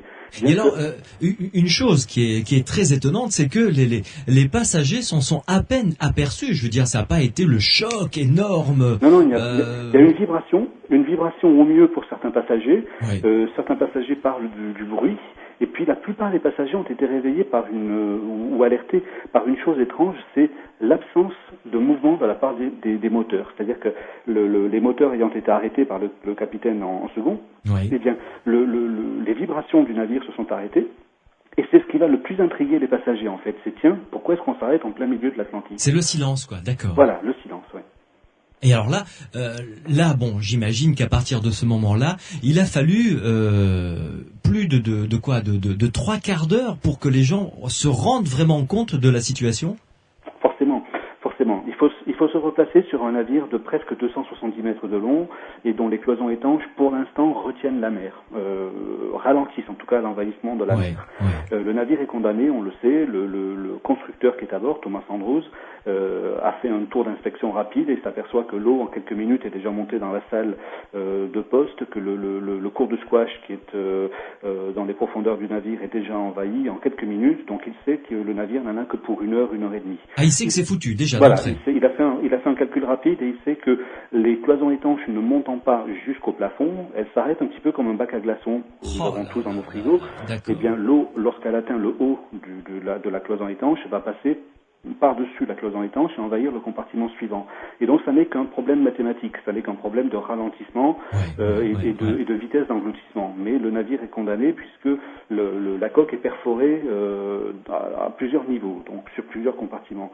Donc les passagers demandent à leur steward, mais qu'est-ce qui se passe, pourquoi est-ce qu'on est arrêté ? Et les stewards, ce ne sont pas des marins, ce sont des braves garçons d'une vingtaine d'années pour la plupart, qui travaillent sur un bateau, mais qui servent les repas à table, qui commandent pour qu'on change les draps, pour qu'on nettoie les petites cuillères, mais ce ne sont pas des marins. Eux, c'est des professionnels de l'hôtellerie, quoi. Voilà, en fait, en marin, il y a uniquement le pool du capitaine, c'est-à-dire le capitaine, ses seconds et quelques matelots et quelques représentants du chantier naval à bord. Mais eux, ce sont des techniciens uniquement. Sinon, tous les autres employés, ce sont des femmes de ménage, ce sont des plongeurs, ce sont des spécialistes de la rôtisserie ou des desserts. Ça ne sont pas des marins. Sur les presque 900 membres d'équipage dont on parlait tout à l'heure, nous avons un pool d'une trentaine de personnes vraiment concernées par la navigation. Et qui savent donc comment réagir et garder leur sang-froid. Oui, et nous sommes en plus à bord d'un navire britannique où on ne s'affole pas et où le capitaine continue à mâchonner son cure-dent, signe de nervosité, mais pas d'excitation totale quand même. Donc on sait que le navire est perdu, mais on va quand même réfléchir à la façon d'organiser les secours pour que la panique ne gagne pas. Alors pourquoi est-ce qu'il y aurait panique ? Tout simplement parce que le navire, même s'il est au-dessus des lois, c'est-à-dire si le nombre de places dans les canots de sauvetage est au-dessus de ce que la loi de l'époque prévoit, le navire n'a tout de même pas assez de places dans les canots de sauvetage pour sauver tout le monde. Et alors c'est ça le drame. Voilà, il va falloir organiser tout ça pour qu'il y ait le moins de pertes possible. Donc on envoie chercher l'orchestre qui s'était couché. Et ces braves garçons vont arriver avec leurs uniformes et leurs insignes en forme de lyre qu'on facturera à leur famille par la suite d'ailleurs. Les familles des 8 musiciens ont reçu en signe de carte de deuil une facture de la part de la compagnie pour le remboursement des uniformes et des instruments perdus. Oui, ça a fait scandale. Quelle horreur. Il y avait un jeune Français dans l'orchestre dont je viens d'écrire la biographie et effectivement on découvre des choses absolument terribles. Pour éviter la panique, donc on demande à l'orchestre de monter sur le pont, ils se réunissent avec leurs instruments, d'abord dans le foyer des premières classes, ce grand escalier avec le dôme qu'on a tous aimé dans le film de Cameron. Bien sûr. Et donc ils vont jouer des airs à la mode, des valses, des foxtrots, etc. Ils vont être là pour rassurer, parce que tant qu'il y a de la musique, eh bien il n'y a pas de désespoir. Le problème, c'est que ces garçons, on leur a demandé de commencer à jouer, mais on leur a jamais demandé d'arrêter de jouer. Et donc l'océan va se refermer sur eux, et les passagers se disent, mais ces braves types, ils sont payés pour jouer de la musique, pas pour jouer des héros. Donc s'ils ne fuient pas, si les musiciens continuent à jouer, c'est qu'il n'y a pas de danger. D'accord. Donc les passagers à ce moment-là vont se dire, il n'y a pas de danger, puisqu'on continue à nous jouer de la musique. La compagnie à qui on a confié notre vie nous fait jouer de la musique, donc c'est qu'il n'y a pas de danger. Et le danger n'apparaîtra que lorsque le navire commencera à prendre une position un petit peu incongrue sur l'océan, un petit peu bizarre, et où les gens vont se dire, oh là là, là il y a danger. Là il y a vraiment danger. Effectivement, il sera trop tard à ce moment-là. Oui. Bertrand, mais est-ce que des gens l'avaient, est-ce que vous l'avez recensé dans votre livre? Est-ce que des gens avaient pressenti comme ça l'imminence, je dirais juste peut-être quelques heures avant le choc? Oui, il y a plusieurs récits qui attestent ça. Alors, comme toujours, il faut les prendre avec une certaine prudence, parce que, évidemment, par définition, ils ont été racontés après. Bien sûr, oui, oui. Mais il y a plusieurs cas. Alors, il y a par exemple l'histoire absolument étonnante de Esther Hart, qui donc était avec son mari et sa fille. Qui a veillé le navire jusqu'au bout. Voilà, elle veillait le navire, elle avait justement Alors elle, ça partait d'un sentiment religieux. Elle avait le sentiment que les constructeurs du Titanic avaient offensé Dieu, et elle attendait la punition. Elle l'a dit textuellement. Oui. Donc c'était un comportement tout à fait incroyable. Elle était prête. Elle dormait pendant la journée, et elle priait la nuit, je crois. Pendant la nuit, elle veillait et elle priait. Et il y a une anecdote absolument incroyable. Le dernier jour, elle a condescendu à aller manger le midi, parce qu'elle elle était allée à la messe avant. Et alors apparemment, sur le bateau, les officiers connaissaient ce comportement et la plaisantaient. Alors il y a un officier qui lui a demandé si elle continuait sa veille. Alors elle a répondu qu'après le repas, bien sûr, elle allait la reprendre. Et pendant la nuit, dans la nuit d'avant, elle avait déjà envoyé son mari parce qu'elle avait entendu quelque chose qui lui paraissait étrange. Et pendant la nuit, là, elle a le pressentiment que c'est pour la nuit, quoi. Et à un moment donné, on entend une sorte de grincement, et là, on voit son mari sur le pont pour les informations, et ça y est, cette fois, c'est la bonne. Ouais. Et alors, une chose pour revenir à Walter Thomas Stead, dont vous nous avez raconté brièvement la vie, que vous racontez beaucoup plus longuement dans ce livre. D'ailleurs, il faudrait lui consacrer un livre, un roman. Oui, Stead, c'est un personnage romanesque. Bertrand Méo, si vous avez l'occasion, allez-y. Je serai un des lecteurs. Alors, en ce qui concerne Walter Thomas Stead, on dit qu'il était sur le pont à ce moment-là. Et oui, d'après plusieurs témoignages, apparemment digne de foi, il était sur le pont. Il était en train, il avait la veille, il était apparu au restaurant en grande forme. Il avait, paraît-il, il y a même des récits qui rapportent qu'il avait raconté l'histoire d'une momie qui portait malheur à ceux qui l'avaient approché. Et il laissait entendre, bien sûr, qu'il l'avait approché lui-même, etc. Ouais. Il maniait l'humour noir, si vous voulez. Ouais. Bien. Et le lendemain, curieusement, il n'est pas en forme. Il ne descend pas, c'était lors de la grande réception, il ne descend pas, il se fait monter à manger dans sa cabine. Et on ne sait pas exactement, bien sûr, je ne suis pas dans sa tête, on ne sait pas exactement les pensées qui l'accaparaient, mais en tout cas, il va se promener sur le pont. Il était seul sur le pont à l'avant du bateau. D'après un témoignage, il a vu lorsque le bateau a éraflé l'iceberg, il y a une sorte de poudre de glace pulvérisée qui a recouvert l'avant du navire. Il s'étonnait de ce spectacle. Il était aux premières loges en quelque sorte. Et alors l'histoire extraordinaire, c'est que lorsque, à un moment donné, un steward arrive et lui dit, Monsieur Stead, il va falloir mettre un gilet de sauvetage, lui qui avait raconté dans une nouvelle en 1886, si je ne m'abuse, c'est par la mémoire des dates comme ça, un naufrage qui se terminait par un avertissement, c'est ce qui va se passer si les navires continuent d'aller en mer avec un nombre insuffisant de barques. Oui. Donc lui qui avait brodé donc sur 2 fois de suite dans des nouvelles sur des naufrages, eh bien quand ça lui arrive, il ne le reconnaît pas, il dit mais qu'est-ce que c'est que cette histoire? Et finalement, au bout d'un moment, il est comme les autres, il a compris. Et donc on le voit après, il y a plusieurs témoignages qui le décrivent dans des situations différentes. À un moment donné, il s'isole dans un fumoir, superbe pour lire. Oui. Bah oui, c'était les derniers instants, donc il les a vécus comme il l'a voulu.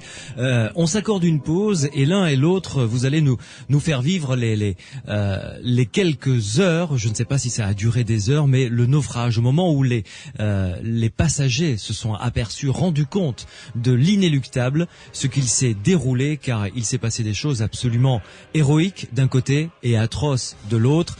Sur Sud Radio, vous allez nous raconter ça dans quelques instants. Les aventuriers de l'étrange sur Sud Radio. Ailleurs, magnifique chanson, nouvelle chanson de Jean-Louis Aubert sur Sud Radio dans Les Aventuriers de l'étrange. Nous sommes arrivés aux dernières heures de vie du Titanic avec nos deux invités, Olivier Mendes et Bertrand Meheux. Jusqu'à minuit, nous allons parler de ces heures terribles qu'ont dû vivre les passagers de ce terrible drame. Olivier Mendes, à partir du moment où les gens se sont rendus compte, ont pris conscience de l'inéluctable, je suppose que ça a été une cohue indescriptible. Eh bien, même pas. Même pas, parce que en 1912, on a un sens de l'organisation, on a un sens du respect des règles qui fait que les passagers sont avertis. Alors certains y croient et donc vont commencer à embarquer tranquillement, très tranquillement, sans affolement dans les canaux de sauvetage, qui vont partir d'ailleurs aux trois quarts vides, puisque les premiers canaux, le numéro 7, qui est le premier canot à quitter le Titanic, part avec 28 personnes à bord, alors qu'il peut emporter 65 personnes. Parmi ces 28 passagers, il y a 3 Français, 3 hommes, qui étaient en train de jouer aux cartes dans le fumoir, et qui ont donc vécu l'accident en direct, sans trop se rendre compte du niveau de danger. Et donc sans redescendre à leur cabine, ils prennent un veston et puis ils embarquent. Ils savent pas trop s'ils vont revenir ou pas, ou si l'accident est grave ou pas. Eh bien, la plupart des canots vont commencer à partir quasiment vides. Le canot numéro 1 contiendra 12 passagers sur les 25 qu'il peut emporter. Et sur ces 12 passagers, il y a 7 hommes d'équipage. Ah bon? Voilà, donc il y a des petits incidents comme ça qui sont assez difficiles à expliquer. Les gens ne veulent pas embarquer parce que lorsque vous êtes sur le pont d'un navire qui fait presque 270 mètres de long et presque 40 mètres de large, eh bien vous ne voyez pas ce qui se passe de l'autre côté, vous avez beaucoup de mal à évaluer le niveau de danger. L'orchestre joue, l'équipage est rassurant, le capitaine n'est plus sur le pont et donc il n'y a pas de lecture des événements sur son visage ou dans ses yeux. Et donc les passagers manquent cruellement d'informations. Donc on croit à l'accident, peut-être grave, mais pas à la fin inéluctable, pas au naufrage en tout cas. Mais comment est-ce que, parce que là vous nous l'avez dit clairement tout à l'heure, il n'y a pas assez de place dans les canots pour tout le monde, ça c'est clair. Et ça évidemment le commandant et tous les membres d'équipage, du moins les marins, le savent. Oui, ils le savent, mais ils savent aussi que même s'il y avait une place pour chaque passager, dans un cas de naufrage, on ne peut pas sauver tout le monde. Parce que le temps joue contre les gens, contre les humains, et c'est le temps qui gagne généralement. D'ailleurs, c'est ce qui va se passer, puisqu'en 2h40, entre le moment où le navire heurte l'iceberg et le moment où le Titanic s'engloutit, où ses hélices disparaissent sous l'océan, il va se passer 2h40, et pendant ces 2h40 de naufrage, et on ne va pas pouvoir sauver ne serait-ce que le nombre de passagers qu'on aurait pu sauver. Les canots de sauvetage contenaient 1178 places et il y aura 705 survivants seulement. Donc il y a une perte fracassante de vie humaine due au fait qu'on s'est mal organisé et qu'on a fait croire que l'accident n'était qu'un incident. Donc l'équipage et le commandant ont mal géré cette situation. Ils ont géré au mieux. Ils ont géré dans une situation de crise. Dans cette situation de crise parce que si l'affolement avait eu lieu, c'était moins de 700 passagers qui auraient pu survivre. C'est vrai. Parce que les canots de sauvetage auraient été pris d'assaut par les passagers peut-être de troisième classe qui ont été les grands perdants en nombre, mais le plus grand nombre de pertes, en fait, ce sont des passagers masculins de seconde classe qui disparaissent à 92%, par exemple. C'est un chiffre terrifiant. Mais à partir de quel moment, parce que on connaît cette phrase chez les marins, les femmes et les enfants d'abord.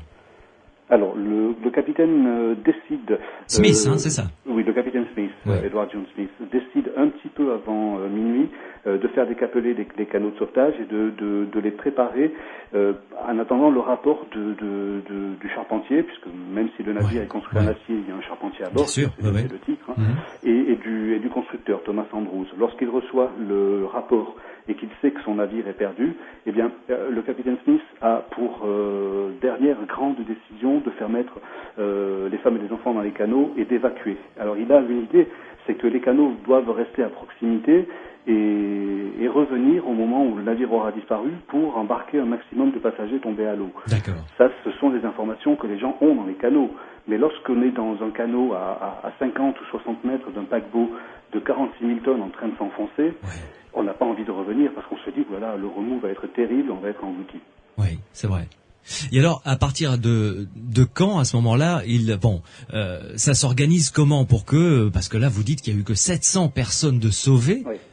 Sur les 1100 et quelques qui auraient pu l'être, donc 400 qui n'ont pas été sauvés, elles auraient pu l'être. Est-ce qu'il y a eu à ce moment-là des scènes de panique pour monter sur les canaux? Est-ce que les hommes ont respecté la consigne, laissant partir? Je suppose que ça a été un déchirement. Il y a eu des drames humains qui ont dû être incommensurables, de laisser partir sa femme en sachant que l'homme allait y rester, quoi. Oui. Alors le navire est coupé dans sa partie longitudinale. C'est-à-dire on va prendre un côté bâbord, un côté tribord du navire. Alors d'un côté, l'officier en charge de l'embarquement laisse monter les hommes lorsqu'il reste de la place dans les canaux. Et de l'autre côté, l'officier, le lightoller, va suivre la règle à la lettre. Va être intransigeant, les femmes et les enfants uniquement. Pour lui, c'est les femmes et les enfants uniquement, alors que pour son confrère de l'autre côté, il s'agit de les femmes et les enfants d'abord, et s'il reste de la place, les hommes pourront embarquer. Donc ça explique pourquoi il y a autant de passagers masculins qui ont été sauvés, et heureusement, sinon le chiffre aurait été encore plus terrible, le chiffre des victimes aurait été encore plus terrible. Mais on imaginait mal, tout simplement, mettre des canaux pouvant contenir 65 personnes à la mer, et maniés par des femmes et des enfants. Oui, en plus, donc, il fallait bien qu'il y ait des hommes dans ces canaux. Bien sûr. Alors, les marins ne pouvant pas quitter le navire, puisque ce sont des officiers, d'ailleurs ils sont quasiment tous décédés, eh bien il a fallu mettre des hommes qui étaient des moussaillons, qui étaient des garçons de 14 ans qui maniaient les ascenseurs ou ce genre de personnel. Mais ces gens-là ne savent pas plus manier des avirons que vous et moi. Ils ne savent pas diriger un canot de 65 personnes. C'est dramatique. Ce qu'ont vécu ces gens-là, c'est extraordinairement dramatique quand même. C'est une drôle de situation, effectivement, à laquelle personne n'avait jamais été confronté, puisqu'aucun naufrage de ce type n'a été recensé avant le Titanic. Et c'est surtout un naufrage qui était tellement improbable que les gens avaient du mal à y croire. Et les séparations sont dramatiques. Effectivement, si le colonel Astor voit sa jeune femme enceinte embarquée dans un canot et demande le numéro du canot, ça n'est pas pour porter plainte contre les officiers, c'est tout simplement parce qu'il se dit si je survis, il faudra que je la retrouve le plus rapidement possible. Et puis il y a des familles totalement déchirées. Effectivement, en seconde classe, je vous ai expliqué par exemple, le drame total, c'est 92% des hommes vont décéder en seconde classe. Le seul passager noir du Titanic, Joseph Laroche, par exemple, disparaît dans le naufrage et il a disparu dans l'histoire du Titanic, puisque aucun survivant n'a parlé d'un passager noir à bord du navire. Donc en même temps, il a disparu non seulement des listes, mais il a disparu de la mémoire collective. Donc l'un des buts de l'association, d'ailleurs, c'est de réhabiliter un petit peu tous ces passagers qui ont été oubliés. Ouais. Mais alors dites-moi, Olivier Mendes, les canaux ont été mis à la mer sans trop de difficultés. Tous les canaux sont partis. Et ensuite, qu'est-ce qu'il s'est passé? Combien de temps s'est-il passé entre les canaux qui s'éloignaient et puis les hommes qui sont restés à bord en attendant leur fin? Alors, les derniers canaux, en fait, ont été mis à la mer par la mer elle-même, puisque le navire s'est englouti, alors que un des canaux pliables, ce qu'on appelait des Engelhardt, de la marque Engelhardt, tout simplement, l'un des 4 canaux était encore sur le navire. On n'a pas pu le mettre à la mer. Il s'est retourné, il était difficilement maniable, les bossoirs ne pouvaient pas le recevoir, donc ce canot était retourné sur le pont, et il n'a été mis à la mer qu'au moment où le navire a coulé. C'est tout simplement la mer qui l'a mis à l'eau. Oui. Et une trentaine d'hommes vont se relayer toute la nuit sur la quille de ce canot quasiment submergé à 80%. Donc une trentaine d'hommes va tenter de tenir debout, de survivre, mouillé, glacé sur la quille de ce navire, c'est-à-dire quelques centimètres de bois tout simplement. Hein. Ouais. Et lorsqu'un homme meurt, pour ne pas qu'il déséquilibre, eh bien on le jette à l'eau et on fait monter un homme qui était à la mer pour le remplacer.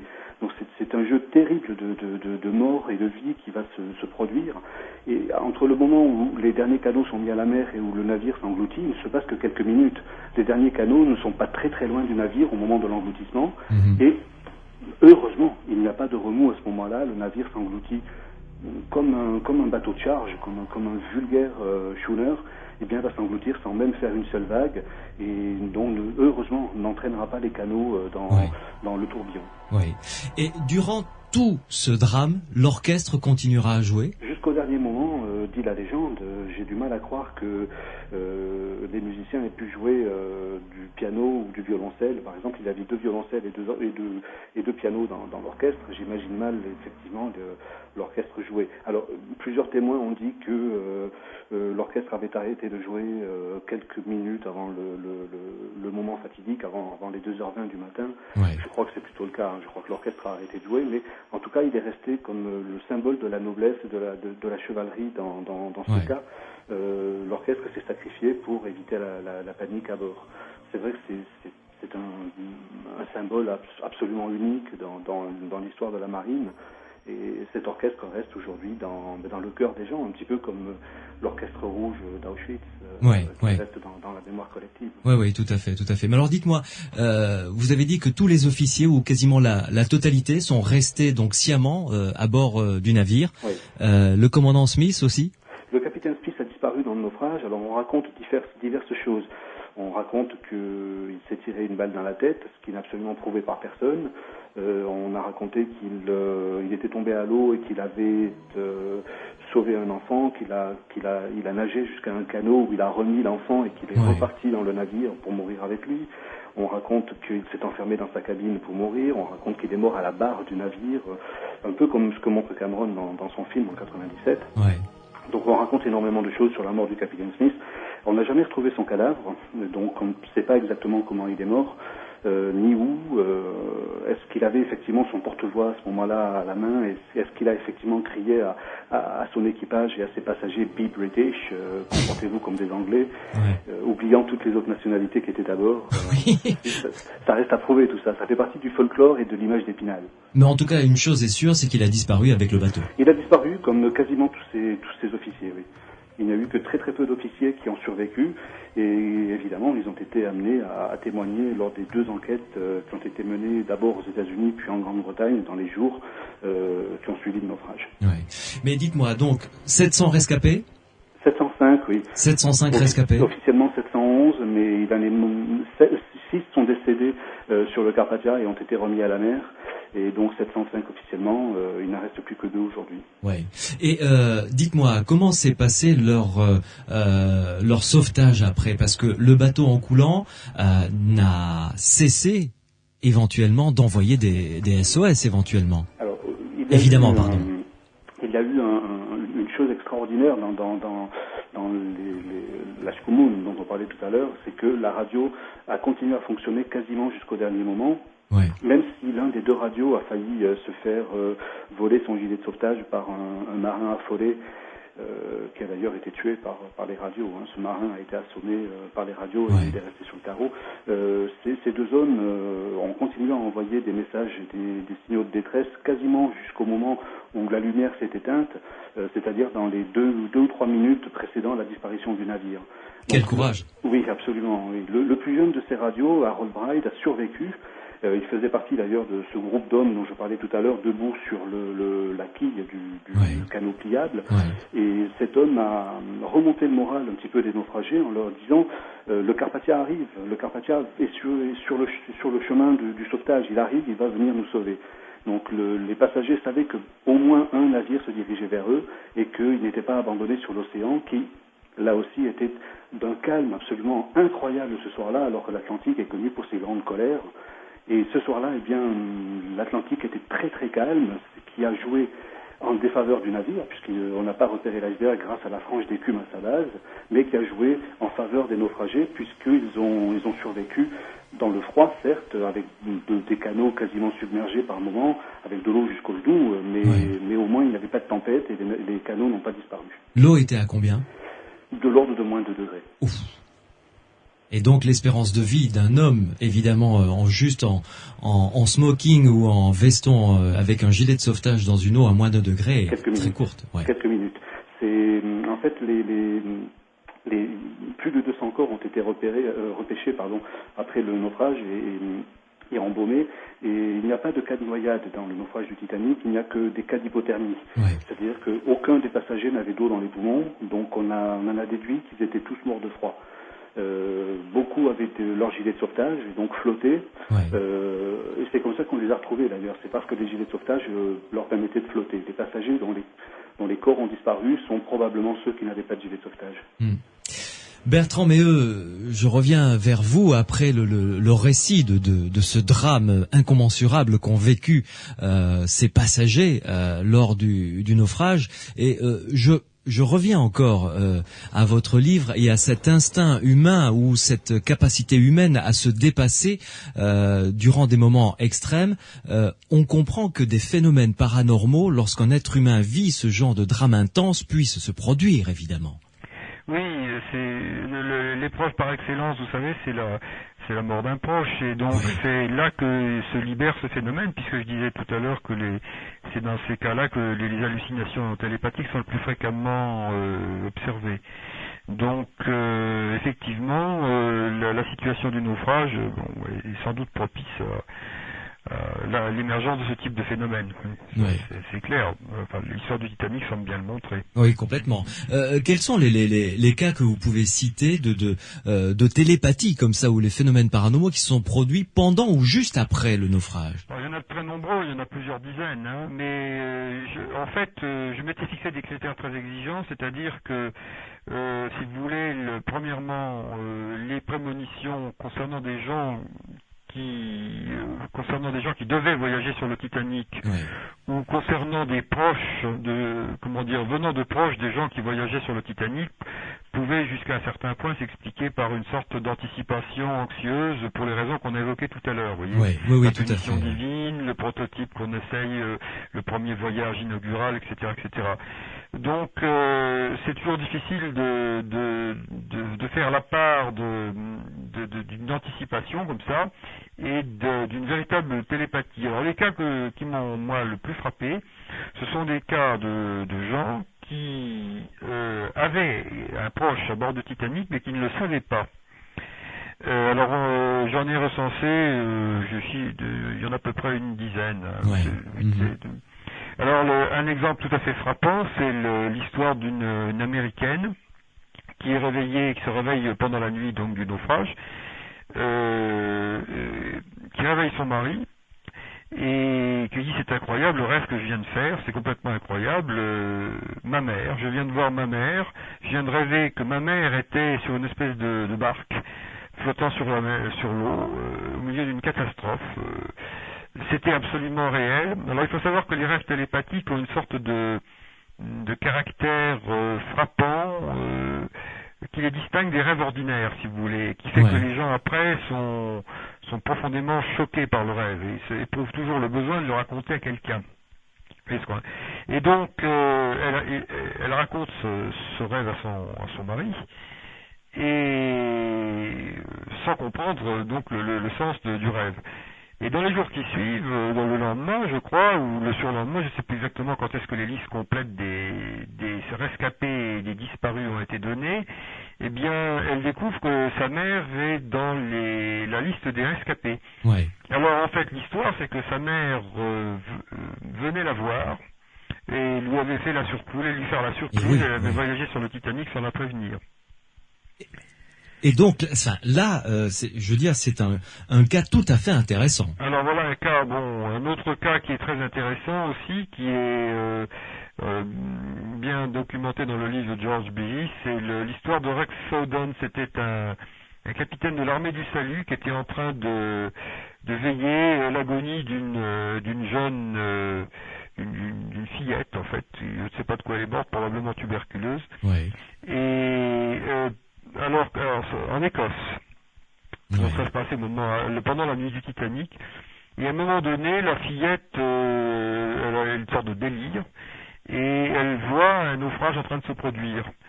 Et elle cite le nom d'un homme qui était un des musiciens du Titanic, qui avait été un ami de l'homme qui était en train de la veiller, un ami d'enfance. Ouais.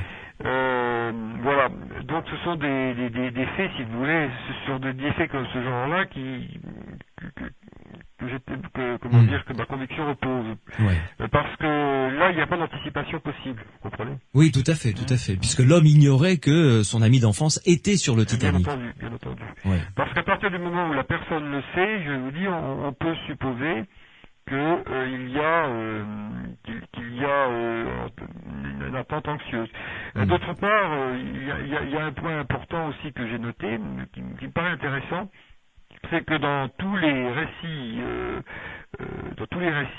que j'ai lus, recensés donc par notamment les Anglais, sur l'histoire du Titanic, dans un seul cas, le navire est nommé. C'est un grand navire, on le décrit, mais jamais le nom du Titanic n'apparaît. Mm-hmm. Or, je pense que si les gens avaient retouché consciemment ou inconsciemment le récit après coup, de façon vraiment tangible, vous voyez, pour le conformer à l'événement, on verrait apparaître le nom du Titanic beaucoup plus souvent. Ouais. Donc ce genre de détails me laisse penser que dans pas mal de cas, malgré ce qu'on pourrait penser, les gens racontent leur premier récit. Une remarque personnelle. J'ai vécu moi-même un naufrage en 1968. Je le raconte très brièvement au début du livre. Et vous remerciez d'ailleurs la personne qui vous a sauvé. Et donc, on a survécu d'une façon très improbable. On n'avait aucune chance de s'en sortir en fait. Mais ce que je voulais dire, c'est que lorsqu'aujourd'hui je pense à ce naufrage qui a eu lieu le 10 juillet 68, donc ça fait beaucoup de temps maintenant, en fait je me rappelle surtout de mes premiers récits, qui sont à jamais gravés dans ma mémoire, plus que de l'événement lui-même. Vous voyez ? Et je pense donc que c'est comme ça que j'explique le fait que finalement les rêves, tous les récits de rêves, etc., n'ont pas davantage été retouchés après l'événement. C'est que les gens l'ont énormément raconté sur le coup. Et que c'est ainsi que ça s'est gravé à jamais dans leur esprit, et que ça a bloqué l'évolution du récit, si vous voulez, le récit ne s'est pas conformé davantage à la connaissance qu'on en a eu après coup. Je m'explique clairement. Mais oui, tout à fait. Oui, j'ai bien compris. Mais dites-moi, Olivier Mendes, pour revenir à la fin de cette tragédie, donc un navire arrive, récupère les rescapés. Quand est-ce que, je suppose que ça a dû être une espèce de comment dirais-je, de bombe quand les médias ont appris et diffusé la nouvelle du naufrage du Titanic. Oui, non, on peut dire que les gros titres sont nés avec le naufrage du Titanic, si l'on fait exception du J'accuse de Zola, qui prenait toute la une du journal. Les gros titres sont apparus à ce moment-là. J'ai dans ma collection, par exemple, le Mémorial des Pyrénées du 15 avril 1912. Qui est un journal de Bayonne, je crois, qui publie sur 8 colonnes à la une en lettres de 7 cm de haut, terrifiante catastrophe. C'est la première fois que la presse, effectivement, est confrontée à un tel événement. Malheureusement, elle aura l'occasion de le répéter par la suite. Mais c'est l'apparition des gros titres. Donc lorsque le Carpathia recueille les 700 et quelques survivants du Titanic, le capitaine Rostron, qui n'en croit pas ses yeux, qui ne peut pas croire que le Titanic lui-même est sombré, alors que le Niagara, par exemple, 2 nuits auparavant, a aussi heurté un iceberg dans la région et est arrivé à New York sans encombre. Le Niagara étant un tout petit bateau français de rien du tout, donc il a juste subi une avarie à la coque et il est arrivé par ses propres moyens à New York 2 nuits auparavant. Le Titanic, lui, il est parti par le fond avec la plupart de ses passagers. Rostron a du mal à y croire, donc il va annuler son voyage vers Gibraltar. puisque le Carpathia se rendait de New York à Gibraltar, et il va ramener les survivants à New York sous une pluie battante, et les radios, donc le survivant du Titanic et le radio du Carpathia, Harold Cotham, vont passer leur nuit et leur jour jusqu'au 18 avril à transmettre les listes des survivants. Ils vont évidemment commencer par les premières classes, ensuite ils vont transmettre les secondes classes, et puis accessoirement les troisièmes, quand on comprend leur nom, quand on arrive à déchiffrer un petit peu le nom de ces gens-là qui ne parlent certainement pas anglais. Donc c'est un moment dramatique, hein. C'est l'un des moments les plus forts du naufrage, c'est l'arrivée du Carpathia, l'attente du Carpathia à New York, qui arrive sous un orage absolument dantesque, avec des éclairs monstrueux, des roulements de tonnerre, et le Carpathia, au lieu de s'arrêter à son quai et de débarquer les passagers, va dépasser le quai de la Cunard, va arriver au quai numéro 59, celui où le Titanic aurait dû arriver, va jeter l'ancre, va descendre les quelques canaux du Titanic que le Carpathia a récupérés. Donc les quelques canaux sont mis à l'eau là où le Titanic aurait dû le lendemain jeter l'ancre. Et puis il va refaire machine arrière et repartir à son propre quai pour descendre d'abord ses passagers, ceux qui étaient à bord officiellement, et puis les survivants qui vont défiler comme une cohorte de fantômes. Il y a des femmes en robe de chambre avec un chandail de marin sur les épaules. Il y a des femmes qui hurlent. Il y a des enfants qui n'ont plus de parents. Il y a des parents qui cherchent leurs enfants. Il y a des gens qui ne parlent pas un mot d'anglais, qui ne comprennent pas ce qu'on leur dit, qui ne comprennent pas pourquoi il y a des photographes, pourquoi il y a des journalistes qui leur crient des choses, pourquoi on leur propose de l'argent, pourquoi il y a des infirmières, pourquoi il y a des avocats sur le quai. C'est tout un monde incroyable qui s'est mis en marche à ce moment-là. On est confronté à la première grande catastrophe internationale. C'est la première claque que le monde va prendre, mais le monde est loin de se douter que 1914 arrive. Et va être la seconde. Voilà, et qu'ils vont connaître autre chose de plus grave. Olivier Mendes et Bertrand Méheux, vous restez avec nous une pause et on se retrouve pour la conclusion de cette émission concernant le drame du Titanic et l'histoire, évidemment, et les phénomènes paranormaux qui en ont découlé. À tout de suite. Les aventuriers de l'étrange sur Sud Radio.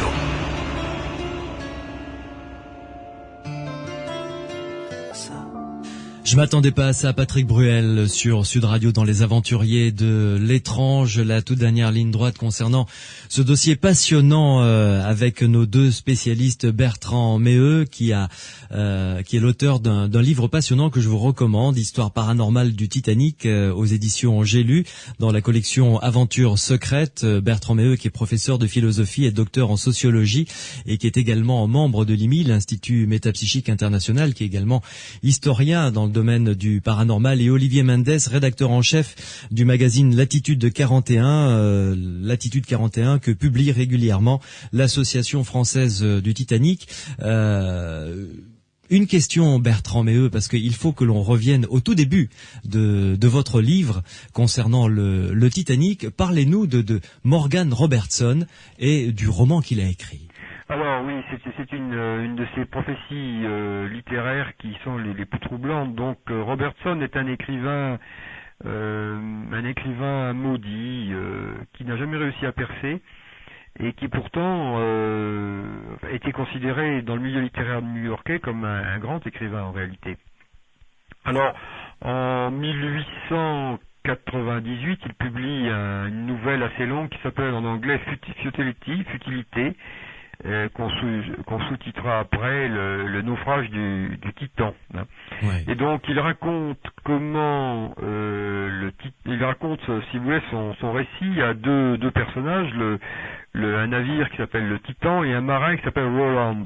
Donc l'histoire commence au départ de New York. Le Titan est le navire le plus révolutionnaire jamais conçu et il va effectuer sa troisième traversée de New York à Southampton. Et donc on a décidé d'essayer de battre le record de vitesse. Le bateau, peu après le départ de New York, coule un petit navire qui se trouve sur sa route, puisque la compagnie a donné l'ordre de foncer, quoi qu'il arrive, de manière à aller le plus vite possible, donc dans le brouillard, la nuit, etc., dans une zone d'iceberg. Et puis le bateau, le Titan va s'éventrer contre un iceberg et il coule en entraînant dans la mort la plus grande partie des passagers. Il manque évidemment à bord une partie des canaux de sauvetage. Oui, oui. Alors en fait, si vous voulez, les caractéristiques techniques du bateau, les conditions dans lesquelles le naufrage s'est effectué, le nombre de passagers, etc., présente d'étranges similitudes avec ce qui va arriver. Oui, c'est plus que des similitudes, c'est vraiment une sorte de doublon imaginaire, quoi, en fait, en quelque sorte de la réalité. Yves Lignon, le parapsychologue de Toulouse, s'est donné le mal de recenser méticuleusement notamment les caractéristiques techniques. Alors, ce qu'il faut aussi préciser, c'est que il y a des bizarreries. Par exemple, le bateau qui repêche les quelques canaux de rescapés, il se rend également à Gibraltar. Oui, c'est très curieux, n'est-ce pas? Et donc, il y a aussi des choses très, très curieuses qu'il faut signaler, c'est que Robertson, donc, est un ancien marin tombé dans l'alcoolisme. L'auteur, j'entends, et que le personnage du roman est sa projection biographique en quelque sorte. Et Robertson a comme caractéristique de n'écrire qu'en état de transe. On sait ça par plusieurs enquêtes qui ont été effectuées sur son existence, notamment par le parapsychologue américain Eisenwood. Et donc, c'est une sorte d'écrivain médiumnique, si vous voulez. C'est dans un état de transe analogue qu'il aurait vu le navire sur lequel était écrit le nom, le Titan. Il écrivait sous la dictée d'une sorte d'entité. Lui-même était un adepte du spiritisme, semble-t-il. Ouais. Oui. Et ce roman, ou cette nouvelle, a été publiée quand ? 1898. Voilà. Soit 14 ans avant le naufrage. Ouais, ce qui est quand même assez stupéfiant tout de même. Oui. Hein. Alors, si vous voulez, il y a deux niveaux là-dedans. Il y a un premier niveau, j'ai eu toute une discussion avec Yves Lignon sur ce point. Il y a un premier niveau où, selon moi, on ne sort pas de ce qu'on pourrait appeler l'inférence, c'est-à-dire il était quelqu'un qui avait une bonne documentation sur la mer, comme c'était le cas de Robertson, pouvait projeter les caractéristiques du navire futur, se rapprocher de la réalité. Ensuite, il pouvait imaginer que ça se passerait dans la traversée, évidemment, de l'Atlantique Nord, parce que c'était là qu'il y avait le plus grand trafic. Il était facile d'imaginer que ce bateau serait anglais, parce que c'était l'Angleterre était la plus grande nation maritime, à cette époque-là, oui. Le nom, eh bien, comme cette époque-là, la technologie se voulait un défi, en quelque sorte. On voit apparaître effectivement un certain nombre de noms qui sont des divinités mythologiques.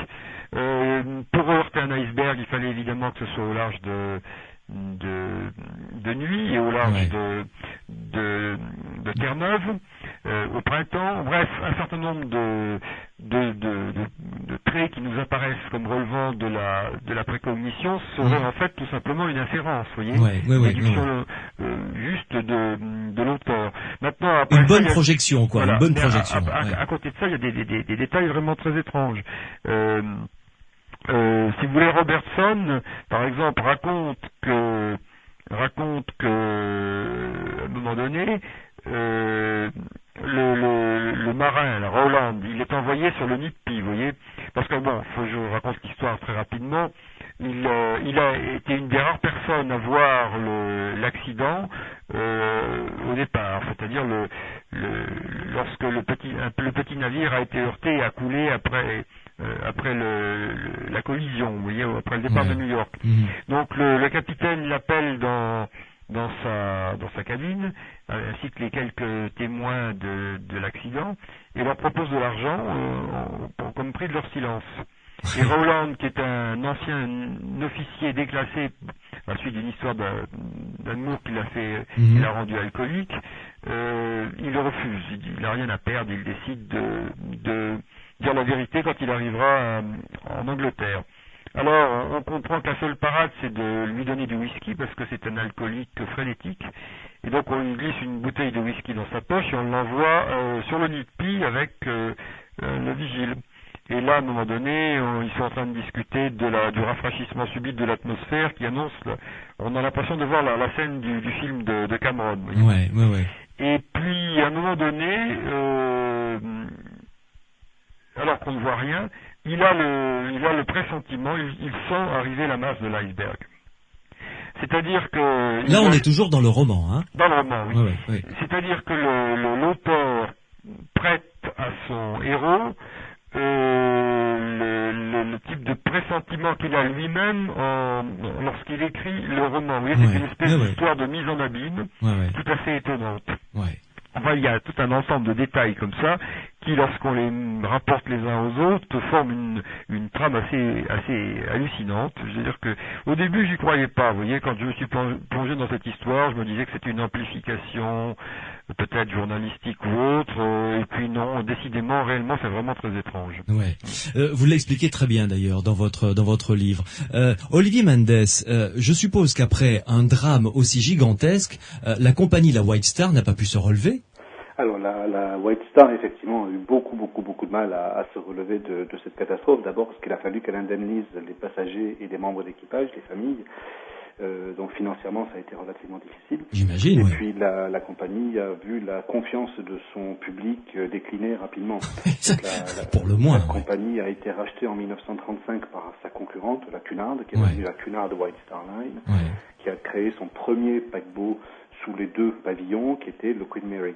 Voilà, donc c'est l'enfant non naturel de ces deux compagnies qui ont fusionné. Ouais, très étonnant. En tout cas, merci beaucoup à tous les deux de nous avoir... Excusez-moi. Oui, je vous en prie. Simplement préciser un petit détail. Oui, avec tout le respect que je dois à Monsieur Lignon, la liste des comparaisons entre le roman de Robertson et la réalité, c'est moi qui l'ai rédigé et qui l'ai proposé à un éditeur d'Orléans qui s'appelle Corsair et qui a donc publié Le naufrage du Titan de Robertson avec une introduction que j'ai rédigée et la liste des comparaisons. Donc ces comparaisons, excusez-moi de me mettre un petit peu en avant, mais ces comparaisons sont le fruit de mes recherches. D'accord. Mais alors dites-moi, l'un et l'autre, ce livre de Morgan Robertson, on peut le trouver encore ? Oui, il est disponible chez Corsair, oui. Ah d'accord, on peut trouver donc cet original, le lire. Ah oui, bien sûr, oui. Le livre a mis presque 100 ans à être traduit en France. D'accord. Il a fallu qu'il tombe dans le domaine public pour que le texte ne coûte plus rien, pour que les éditeurs s'y intéressent. Non, il est tout à fait trouvable en ce moment. Et il existe deux versions, une aux presses de Valmy, que je n'apprécie que moyennement au niveau de la traduction, et la version des éditions Corsair, qui me semble beaucoup plus fidèle au texte d'origine, puisque j'ai accepté d'en écrire l'introduction et la postface. D'accord, très bien. Merci beaucoup en tout cas à vous Olivier Mendes de nous avoir fait revivre ce drame immense qu'ont vécu ceux et celles qui étaient sur ce navire, le Titanic, jusqu'à cette triste nuit du 14 au 15 avril 1912. Merci beaucoup Olivier Mendes et bonne fin de nuit. Merci beaucoup. Merci. Au revoir. Bertrand Méheux, merci d'avoir été avec nous une fois de plus dans Les Aventuriers de l'étrange. Et puis, je recommande vraiment très chaudement à ceux et celles qui nous écoutent ce très beau bouquin dans la collection donc Aventures secrètes aux éditions J'ai lu, Histoire paranormale du Titanic. À très bientôt, j'espère, dans Les Aventuriers de l'étrange. Merci de m'avoir invité. Écoutez, peut-être à bientôt. J'espère que ce ne sera pas la dernière fois, en tout cas. Je vais peut-être écrire une vie de Stead. Ce serait pas mal. Me motiverait le plus en ce moment dans le style. Ce serait pas mal. Je serai le premier lecteur, en tout cas. Comptez sur moi. Merci beaucoup, Bertrand Méheux. Bonsoir, merci. Bonne nuit, au revoir. Sud Radio. Samedi et dimanche, 22h minuit. Louis Benedit, Les Aventuriers de l'étrange. Che Silorio Massarini, soutiene Redina Forza.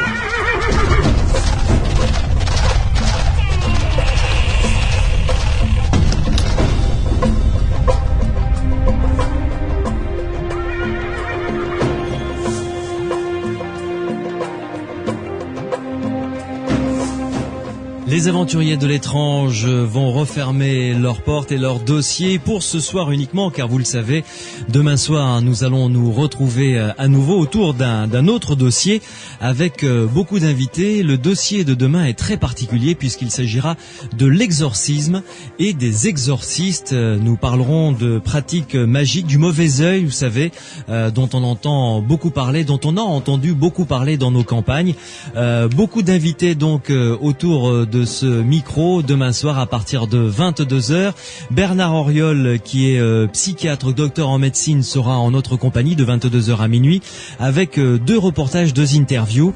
Un concernant Olivier de Marliave qui a écrit aux éditions Sud-Ouest le dictionnaire de la magie et de la sorcellerie dans nos Pyrénées, un livre absolument passionnant. Il nous parlera donc de ce qu'il a recueilli comme histoire dans nos Pyrénées, et nous aurons également le témoignage de Dominique Camus, ethnologue, qui durant 30 ans et encore de nos jours suit les désenvoûteurs, les envoûteurs et les a suivi quelques cas pas à pas au quotidien durant plusieurs années. Il viendra nous faire part de ses conclusions. Évidemment, vous êtes les bienvenus dans le cadre de cette émission. Si vous pensez avoir été victime d'un sort, d'un jeteur de sorts, vous pouvez venir évidemment nous apporter votre témoignage, nous dire comment vous l'avez vécu, si vous le vivez encore. Notre répondeur est à votre disposition, le 0826 300 300, 0826 300 300. Merci à Grégory qui signe la réalisation de cette émission, Cyril qui était au standard et Pierre Mathias qui m'a épaulé pour la construction de cette émission. Je vous souhaite une excellente nuit. Rendez-vous demain. Nous parlerons d'exorcisme dans Les Aventuriers de l'étrange sur Sud Radio. Passez une bonne nuit. Sud Radio, les aventuriers de l'étrange.